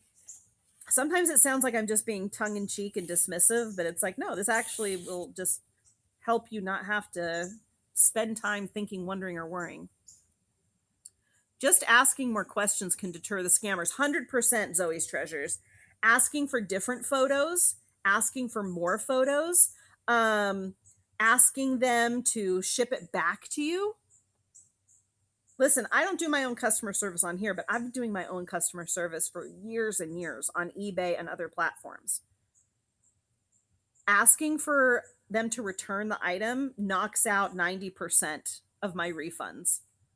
So I'm like, yeah, I'll absolutely send you a refund. Now, if the item if the item is broken, if the item is broken and I can tell it's not an AI thing, it actually is broken, do not do not send that back to me. That was my fault. I don't care if the post office ran over it with a semi truck. If my item arrived broken, here's your refund. Now there's things you can do to protect yourself because there are buyers out there who this was their parents and they threw a party and they broke their parents. What were you guys calling this? The pimp, the gigolo jug or whatever? It broke during a party. So they got on eBay, they found the matching one, they bought it, they get the new one, they put it on the shelf for their parents, and then they take pictures of their broken one and say it arrived broken. It's a replacement situation. They're buying to replace something that they have so that they can get it replaced for free. That happens. There are ways to protect yourself from that, but you can't always protect yourself from that. Okay? Make sure, like things you can do. If it's glass, you can look for straw marks. You can take a photo of the scratches. That's an identifying mark right there. That's a thumbprint, right? If you have something that like, oh, one of yours has like a bleach spot on it, or one of yours has like a fray mark on the thread, then you can say, oh, no problem. Could you please hold it up to the camera and take a clear picture of the base? Or hey, could you take a picture of the back of the tag? Because you know, you didn't show it in photos in the listing, but you know, and you have photos yourself of that item's thumbprint. And then you can be like, I'm sorry, but that is not the one I sold you. Now, eBay will still force the refund. Whatnot can still reforce the refund, but you know who to block. You know who to block. Yes, there are AI doctored photos, and that's where you just ask for more photos. It's really, really hard for AI to be consistent in their breaks. Especially like AI is very bad at getting the thickness right and getting the lines to meet up correctly in broken photos. So AI photos, if you're savvy enough, it's easy to tell. And you can just say, hey, can you take a picture of you holding the broken item in your hand? Um, Millicent's, if you tell them you have an identifying info, but don't tell them what it is, the request might disappear. Absolutely. Who gets the insurance money from USPS for a broken item? You, if you're doing the refund, you should, Kelly Taylor, but I believe, I don't know for sure. That's a good question to ask Whatnot. As far as I know, Ground Advantage through commercial rates has a certain level of insurance on it. I think it's $100. I don't know for sure. Because it's commercial rate, it should have the insurance. That insurance belongs to Whatnot. So you should be doing the refund, but then Whatnot you should be talking to Whatnot about the insurance. Now, listen, I'm just going to tell you, it is really hard to prove insurance to the post office. So if you know you can, do it. 9 times out of 10, I can't be bothered to do that. It has to be so obvious and so easy for me to prove it in order for me to do that. Zoe's Treasures says sellers get the insurance refund when doing their own customer service. Thank you, Zoe's Treasures. There's experience right there. Sellers get the USPS insurance check. Perfect. Zoe's Treasures. It is just a click of a button within the customer service screen. Love that. I love to hear that. That's how it should work. Also, if you are purchasing insurance as the seller, that is yours 100%. So if you choose to pay more in shipping for insurance for a high ticket item, that is yours. And then the baseline 100 comes from Whatnot or from the USPS.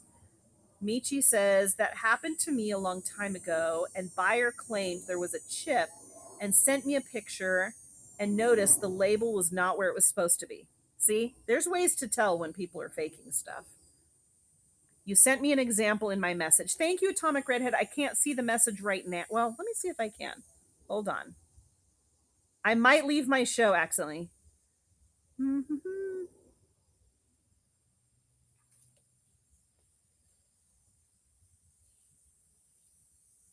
Okay. The Atomic Redhead just sent me a picture of what it looks like if someone doesn't return the item. Thank you, Atomic Redhead. So here's the thing. A lot of this sounds exactly like what eBay does, and it works. It's fine. Are there times when you're going to lose an item and lose the money? Yes. Okay. Can you imagine trading your reputation or your dignity for money? Oof. Exactly. Exactly.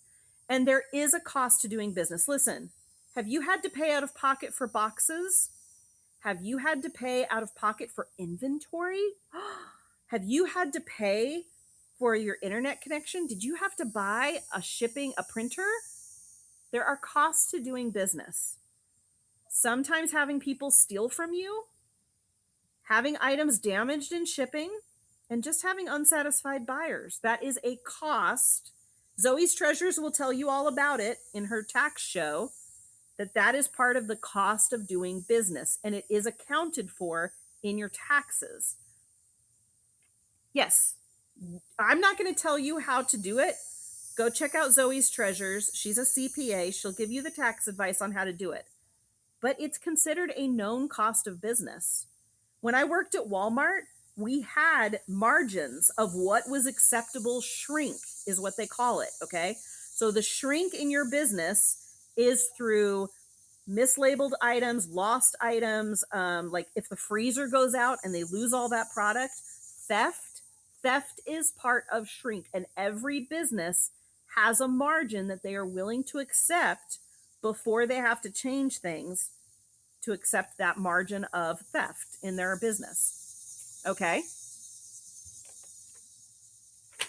Zoe's Treasures right there. Follow her. She will tell you how to do it on your taxes. That's not my job. I pay people like Zoe to do that for me. Thank you, Lala girl. We got 1 minute before my alarm goes off. Okay, so there we go. There's my alarm. All right, we've got to wind this up. Here we go. Customer service. It's coming September 1st. You can find it in your Seller Hub. Go to your app, click on Seller Hub. There's a banner there. When you click on that banner, there's videos to watch. There's articles to read. Watch the videos. Don't depend on chat shows like me to tell you. Is it two magpies? Read the articles. Watch the videos. Okay? Know how it works. And then also in my notes, freak out, panic, scream into your pillow, shake your fist at the stars and say, why me? Why do I have to do customer service? And then get over it. Put on your business pants, suck it up, Cupcake, and be a decent human being with realistic boundaries and adult responses. That's in my notes. That's why you should buy my notes. So you can cut that out and tape it somewhere so you can read it on September 1st. Here, I'll read it to you again. On September 1st, I expect you all to freak out, panic, scream into your pillow, then put on your business pants, suck it up, Cupcake, and be a decent human being with realistic boundaries and adult responses. Adult responses. Everything you say represents your business. Zoe's Demon. That is a choice, though. Listen, there was a big seller with wings, a big seller who does dollar starts. and has a cult like following. And in this person's chat show, they said, come September 1st, might decide whether I keep selling on this platform or not. There are sellers who will be leaving the platform because they don't want to handle customer service. Exactly, Van Wert Vintage. Oh my goodness, I'm so sorry. Are your buyers going to have to come and watch little old me and buy my stuff? Oh no, we're so sad about that. We're so sad about that. I can do customer service all day long. I know how not to yell at people because something went bad. I know how to issue a refund without feeling like the world is ending. It's called business, and I can do it. And if you can do it, you're going to survive this. Okay? All right. Thank you for purchasing notes, Peter and Heidi Fines. Exactly, Red Rooster. And there are sellers who do this. There are sellers who jump from platform to platform every time something is new. When a platform starts, it's always going to run at a loss. There's always going to be big, huge benefits to being in a platform at the ground floor. We all, listen, I was here long enough to remember when the shipping was easy. I wasn't here for dollar shipping. There were some sellers on here who got to do dollar shipping for their buyers without having to pay for it. That happens. So there are sellers that jump from platform to platform. Exactly, Van Wert Vintage. Sell good stuff and ship well, and the customer service thing is not going to be an issue. Reselling Everything says, have you noticed that in preparation for the new customer service, Whatnot has taken away the seller support response time? Excellent, good, below average. No, I did not notice that. They are now hiding what the response time sellers have. Interesting. I mean, I think that's smart while they roll out this broad thing. I hope they bring it back. I would assume they're going to bring it back. I'm going to assume, and we know how to spell that. I'm going to assume that Whatnot is doing that for grace. They're like, listen, we're going to roll out this program, and there's going to be a lot of people that are going to sink or swim. So we're going to be graceful, and we're not going to post their response times until after a few months have gone by and they've gotten the hang of it. But I would hope it comes back. I think it's a good way to determine who you want to buy from. Atomic Redhead says, the whole time I've been in beta, I've only had one request. Again, if you're a good seller and you're doing things right, you don't have to kiss as many boots. That's what we're saying. Reselling Everything, it might be to protect them, but again, I don't pay attention to that. If those people are what keeps the app running and allows me to sell my soap on here, I don't care what they're doing. As long as my business is upright and honest and good for me, I honestly don't care what they're doing. As long as they don't start trafficking children on here. They traffic children on here, I'm gone. I don't care how much money I make. But it's like, okay, you want to turn a blind eye to some big sellers so that they can make you money and they can make money. I don't care. As long as I am allowed to do things my way in my shows. Exactly, Velvet Moon Studios. That's what I've been saying. You can't do sales without customer service. Grizzly Gems, good morning. It's been a while since I've been here. Some tips on making sales without taking a loss. Tips for making sales without taking a loss. Well, don't sell your stuff at a loss. Sell your stuff for exactly what you want to get out of it. That doesn't mean it's going to sell. In order to get it to sell, you're going to have to make it worth it to your buyers. How are you going to do that? That's up to you. You can make it super entertaining. You can bundle items that you don't consider a loss with them. You can make sure that your items are the best that they're ever going to find. But you know the phrase, you got to spend money to make money?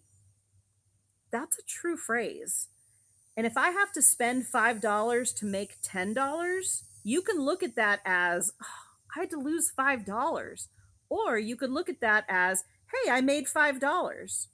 It's all on how you view it. Atomic Redhead, Atomic Redhead just tipped me $10, and I need to say thank you, Atomic Redhead, for valuing me. Atomic Redhead also does chat shows. She's an OG. She's been on here pushing the buttons and doing the business. She's a fabulous seller. Thank you, Atomic Redhead. I appreciate that so much.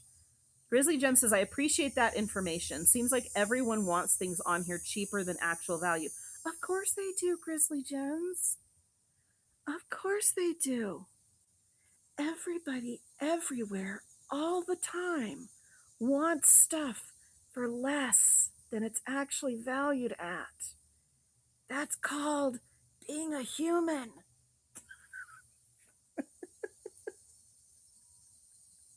If you didn't know that, let me tell you. Of course, you know that. Even the rich people want something for nothing. Why are we whispering?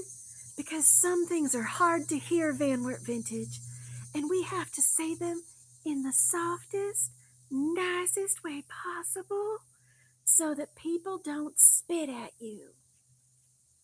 Everybody wants something for less than it's worth. That doesn't mean you have to sell it for less than it's worth. That doesn't mean you have to do that. You guys can come to my estate sale shows and see the numbers I'm throwing at people. Michi knows. Michi buys from me in those estate sales. And even Michi sometimes is like, dang, Liz, I want it, but I don't want it that bad. I'm like, dang, I didn't want to ship it that bad. So win-win.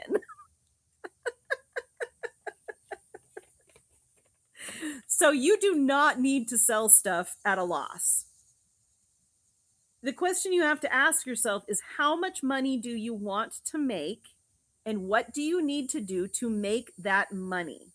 You keep hearing Dire Straits. Yes, Peter and Heidi finds there are things that people don't care what it costs. Okay? I've seen that in these estate sales that I'm doing. I sold were you guys here when I sold that stool? I still keep waiting for that buyer to come at me for a refund on that crappy stool. I tried to talk them out of it. I tried to charge them out of it. I was like, this is a crappy stool. They want the estate sale only had $5 on it. Even the estate sale knew it was crappy. And I was like, I'm gonna charge you $30 because I have to ship it. I don't want to ship it. I'll charge you $30. And they said, I want it. I ran it at $30. They bought it. I shipped it. Okay. Thank you, Kelly Taylor. They've been fun. They've been fun. All right, you guys. I think we are at the end of our notes. Exactly, Grizzly. A lot of it is just access to things. That's why sometimes it's not a good thing to know the value of your items. If it's easy to know the value of your items, it's also easy to find that item from another seller. So sometimes it's nice to not know. Because if you don't know, maybe they don't know. And then it's just based on want and desire. And we're all willing to pay up for want and desire.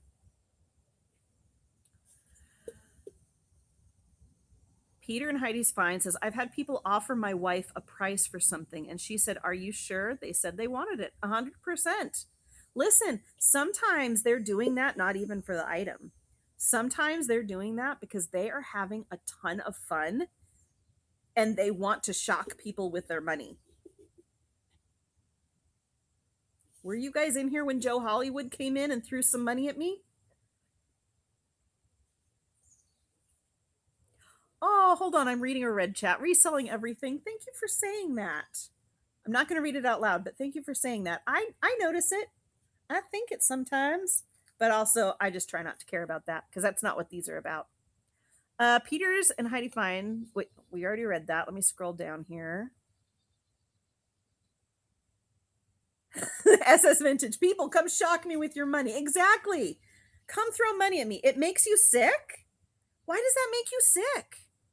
Are you kidding me? I am perfectly fine with someone. Listen, you want to impress me by paying for my dinner? Yes, please. Flex. Flex. Okay. You want to come into my show and buy everything and then like give it away? Yes, sir. Make it rain. I won't even open my umbrella. Okay. I did Millicent's. I didn't know when he was going to do it. Did he do it? He gave it away? That's awesome. Magpie Bits says, I know sellers who will ask buyers to either send them a message noting they recognize a defect or to put it in the chat that they recognize the issue. That's a true thing, Magpie. Listen, if this has a chip and I showed you the chip and I talked about the chip and you still wanted to buy it at high price, I'm going to take a screenshot of the chip with your name and the purchase to make sure that everybody knows that chip was shown. Because there are buyers who will do that and then they will get the refund because they say, oh, I didn't know it was chipped. That's on you for not asking. Listen, buyers, if you do not ask, are there chips and cracks? And if you cannot get the seller on camera to say there are no chips and cracks, this is perfect. You have to assume there are chips and cracks. Do y'all know this? If someone is showing linens, if you do not ask and get the seller to say there are no stains on this thing is pristine, you have to assume there is a stain somewhere on there. That's my viewpoint when I'm purchasing in auctions. And some sellers will take the time to look at it for you, and some sellers won't. Some sellers are going to say, I didn't see any, but you are buying used. This will not be perfect. They are telling you, I didn't find any issues, but that doesn't mean you're not going to find any issues because this is an old item that belonged to like 10 other people before it's coming to you and it's getting shipped, right?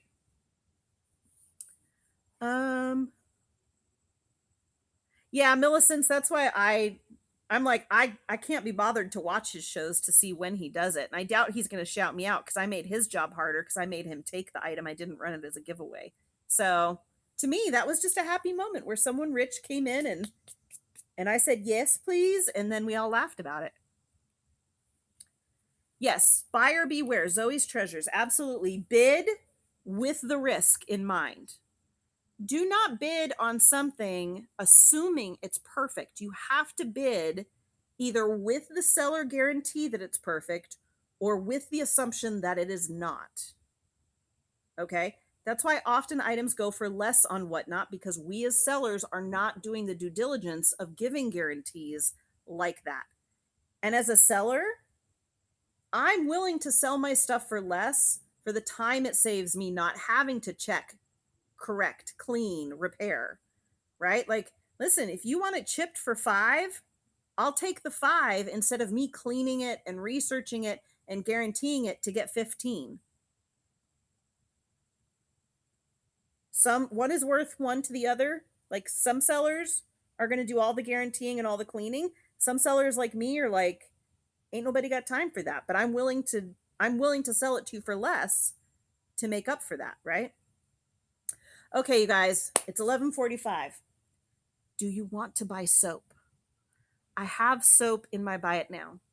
I don't have it out here with me because it's humid out here and humidity and soap are not best friends. So, this is what I sell. I sell FaceTime 2, formulated for your face. It's an apple cider aloe juice soap. Apple cider vinegar. It's an apple cider vinegar, aloe juice, colloidal oatmeal, goat milk. It's essential oils of lavender and tea tree. I have this beautiful soap. It's called Kitchen Kissed. This one is scented in fragrance oils of fresh made bread, crisp apple, and sexy man cologne. That's a good one there. I sell loofah slices right there. Those keep your soaps dry and make your soaps last longer. So even if you have a soap dish, get a loofah slice, put it between the soap dish and your soap will last longer. I have Mangoko. And if you guys are purchasing right now, I can't see. I can't see if you're purchasing. So if you're purchasing, thank you. I have my buy it now up. So I'm pretending I can see you guys, but I can't. Mangoko is handmade cold processed soap with fragrance oils of fresh mango and coconut water, so it smells like a drink on the beach. It's so lovely. This is my natural. This is one of my most popular. I always make this soap. This is my uncolored, unscented. It has the max amount of aloe juice, colloidal oatmeal, honey, goat milk. It's got unrefined cocoa butter, unrefined shea butter. It is thebomb.com. Then we have the danger soap. Do not purchase this soap unless you read all the warnings. But after you read the warnings, read the ingredients. It's a beautiful soap, but it is not for everyone. So please read the warnings. And then we have Y'all. Y'all is my most decorated, most southern soap I've ever made. It is scented in magnolia blossom, Georgia peach, and Kentucky bourbon. It's made with a chitin from the 17-year cicadas. Chitin, or chitosan, depending on how you look at it, is a very luxury beauty product that is made from the shells of cicadas. You can also make it from lobster shells, but I make mine from cicadas. Um, Other than that, oh, I do see a couple soap sales. Thank you so much, everyone, for purchasing soap. This smells so good. Thank you, thank you, thank you. Thank you so much for your time and effort today. Christina, I hope you appreciate it. Um, Everybody share your shows. We're about to end our show. So please tell me what you sell. Tell me when you sell it. Do those pinned posts. Did you pin a post earlier? Now is the time to share it. I am out of water. No, almost. 2 cups of water. I should have done 3. I am going to get all of the items that you guys are purchasing in this show, and I'm going to ship them out same day. I rarely do that. I've been migrating. You can see it in my shipping rates. I've gone to 2 days. We're going to get that back up. Oh, one other thing I was going to read from the notes. So post your shows, buy some soap. The other thing I was going to say is this is what I'm doing this week. While you guys are promoting your shows, I'll tell you about my shows. I canceled all my shows except for the Friday estate sale. That Friday estate sale show might get canceled. I'm just warning you guys now. This is my healing week. Last week was my migraine week. Terrible migraining. I was in bed most of the time. This week is my gentle get out of bed week. So this week I am going to be focusing on all the healing stuff that I need to be doing. Liz, my daughter is an ER pharmacist and needs a good sanitized soap that smells good. Do you have anything? Every soap is a sanitizing soap, Atomic Redhead. The key to a soap being sanitizing is the amount of time you are rubbing. It's the friction. So any soap is a sanitizing soap if you wash and I'm sure your daughter knows how to do that. For sanitizing, though, get the natural because the natural is unscented. You don't want scented soaps if you're if you're a food handler, pharmacy, doctor, anything where your hands are going to touch something that's going to internalize someone else or touch someone else. Unscented is the way to go. Natural has a toasty smell to it. Thank you, Fragmented Artist, for purchasing FaceTime. I hope you love it. Are some of your migraines sinus triggered? Some of mine are, and it helps to treat the sinuses. Yes, there's antihistamines. Mine are stress related. Mine are muscle related, these muscles here. So for my migraines, it is the anti-inflammatory diet because the inflammation causes the muscles to react. For me, it's anti-inflammatory diet. It is a lot of stretching, and it's a lot of rest, and it's a lot of removing stressors. So for my migraines, here's what I'm doing this week. Canceled all shows except Friday, and even Friday is optional. Let me unpin this really quick. There's soap in the Buy It Now. Go check it out. I'm going to unpin it so we have FaceTime here. Okay. All shows canceled except Friday. Friday is optional. I'm going to be resting. I'm going to be exercising. I'm in my exercise clothes. I already did my exercise today, but that is going to take priority over everything. And it's gentle exercising. It is low, slow, long exercising. I'm going to feed myself appropriately. I'm going to do the anti-inflammatory diet to a T.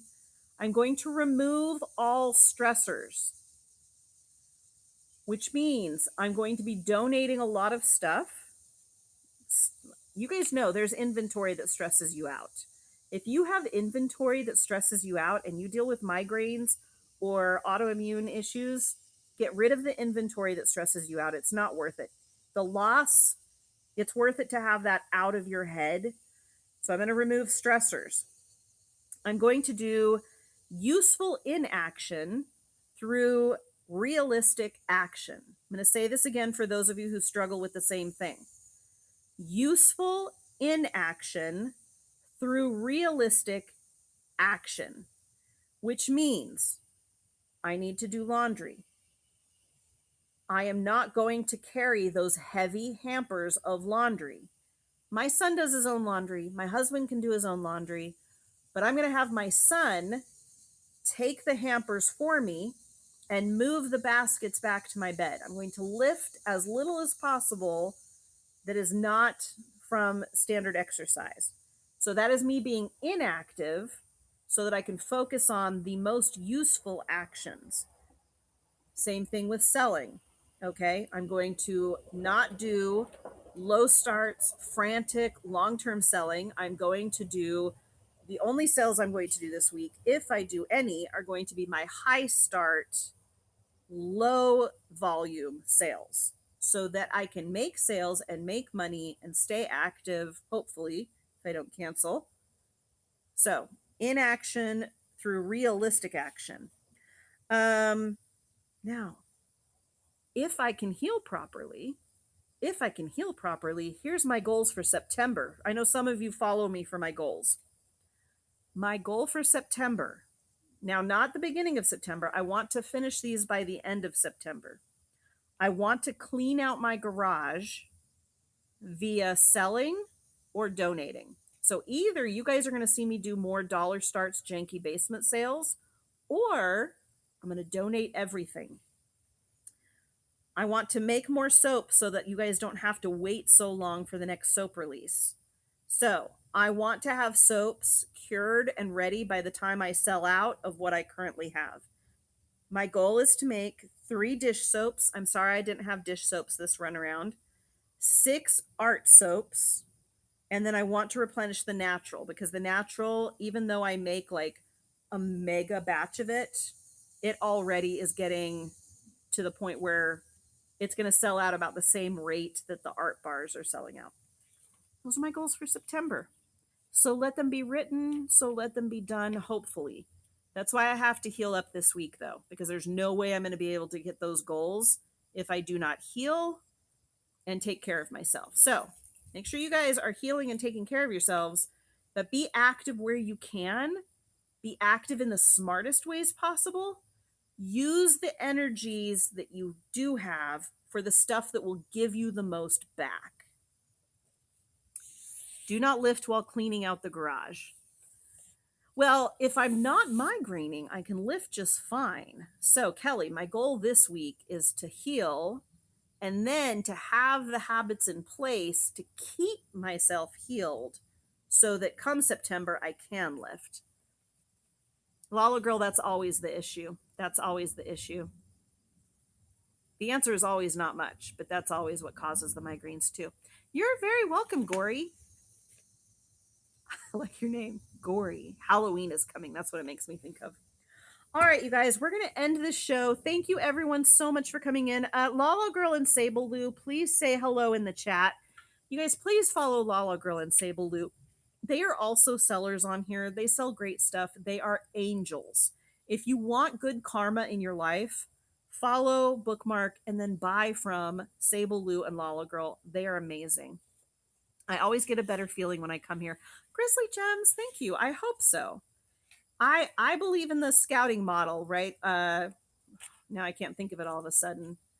It's not leave no trace. Leave no trace is the scouting one. My mom always says leave every place better than you found it. So it's my mom, not scouting. Thank you for all you do. Oh, thank you for showing up and thank you for chatting. I'm an absolute delight. Yeg Picker, you just said my favorite thing of the day. Thank you so much. I'm going to tell all my family every time anyone has an issue with me for the next week. I'm going to say, excuse me, I'm an absolute delight. You can ask Yeg Picker. Oh, well, thank you guys so much. Reselling everything. Thank you. Thank you. All right, guys, we're going to go ahead and raid somebody. And let me see. I know Green 13 is on, but we try not to read them every day, right? We try to use them for emergency raids. Thank you so much. Let's see. Is Lilac Bloom on at this hour of the day?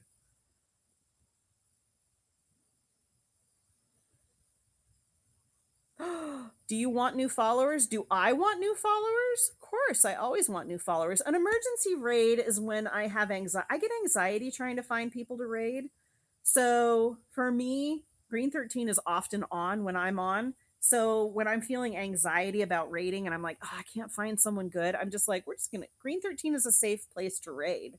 They're always a safe place to raid. Um, let's go find someone thrifty.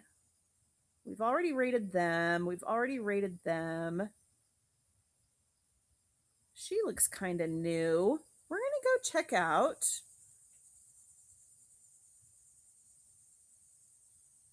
Oh, thank you for. I've gotten a lot of offers in the red chat. We're going to go with this one, though, because I already have her name in here. Thrifting with K. Oh, it's a 2K follower celebration. She's in clothing. She has 51 people already. She doesn't need us, but we're going to just go say hi. This way, we don't have to feel like we have to stick around, right? If you're not into clothing, just say something nice. Okay, here we go, guys. Bye, everyone.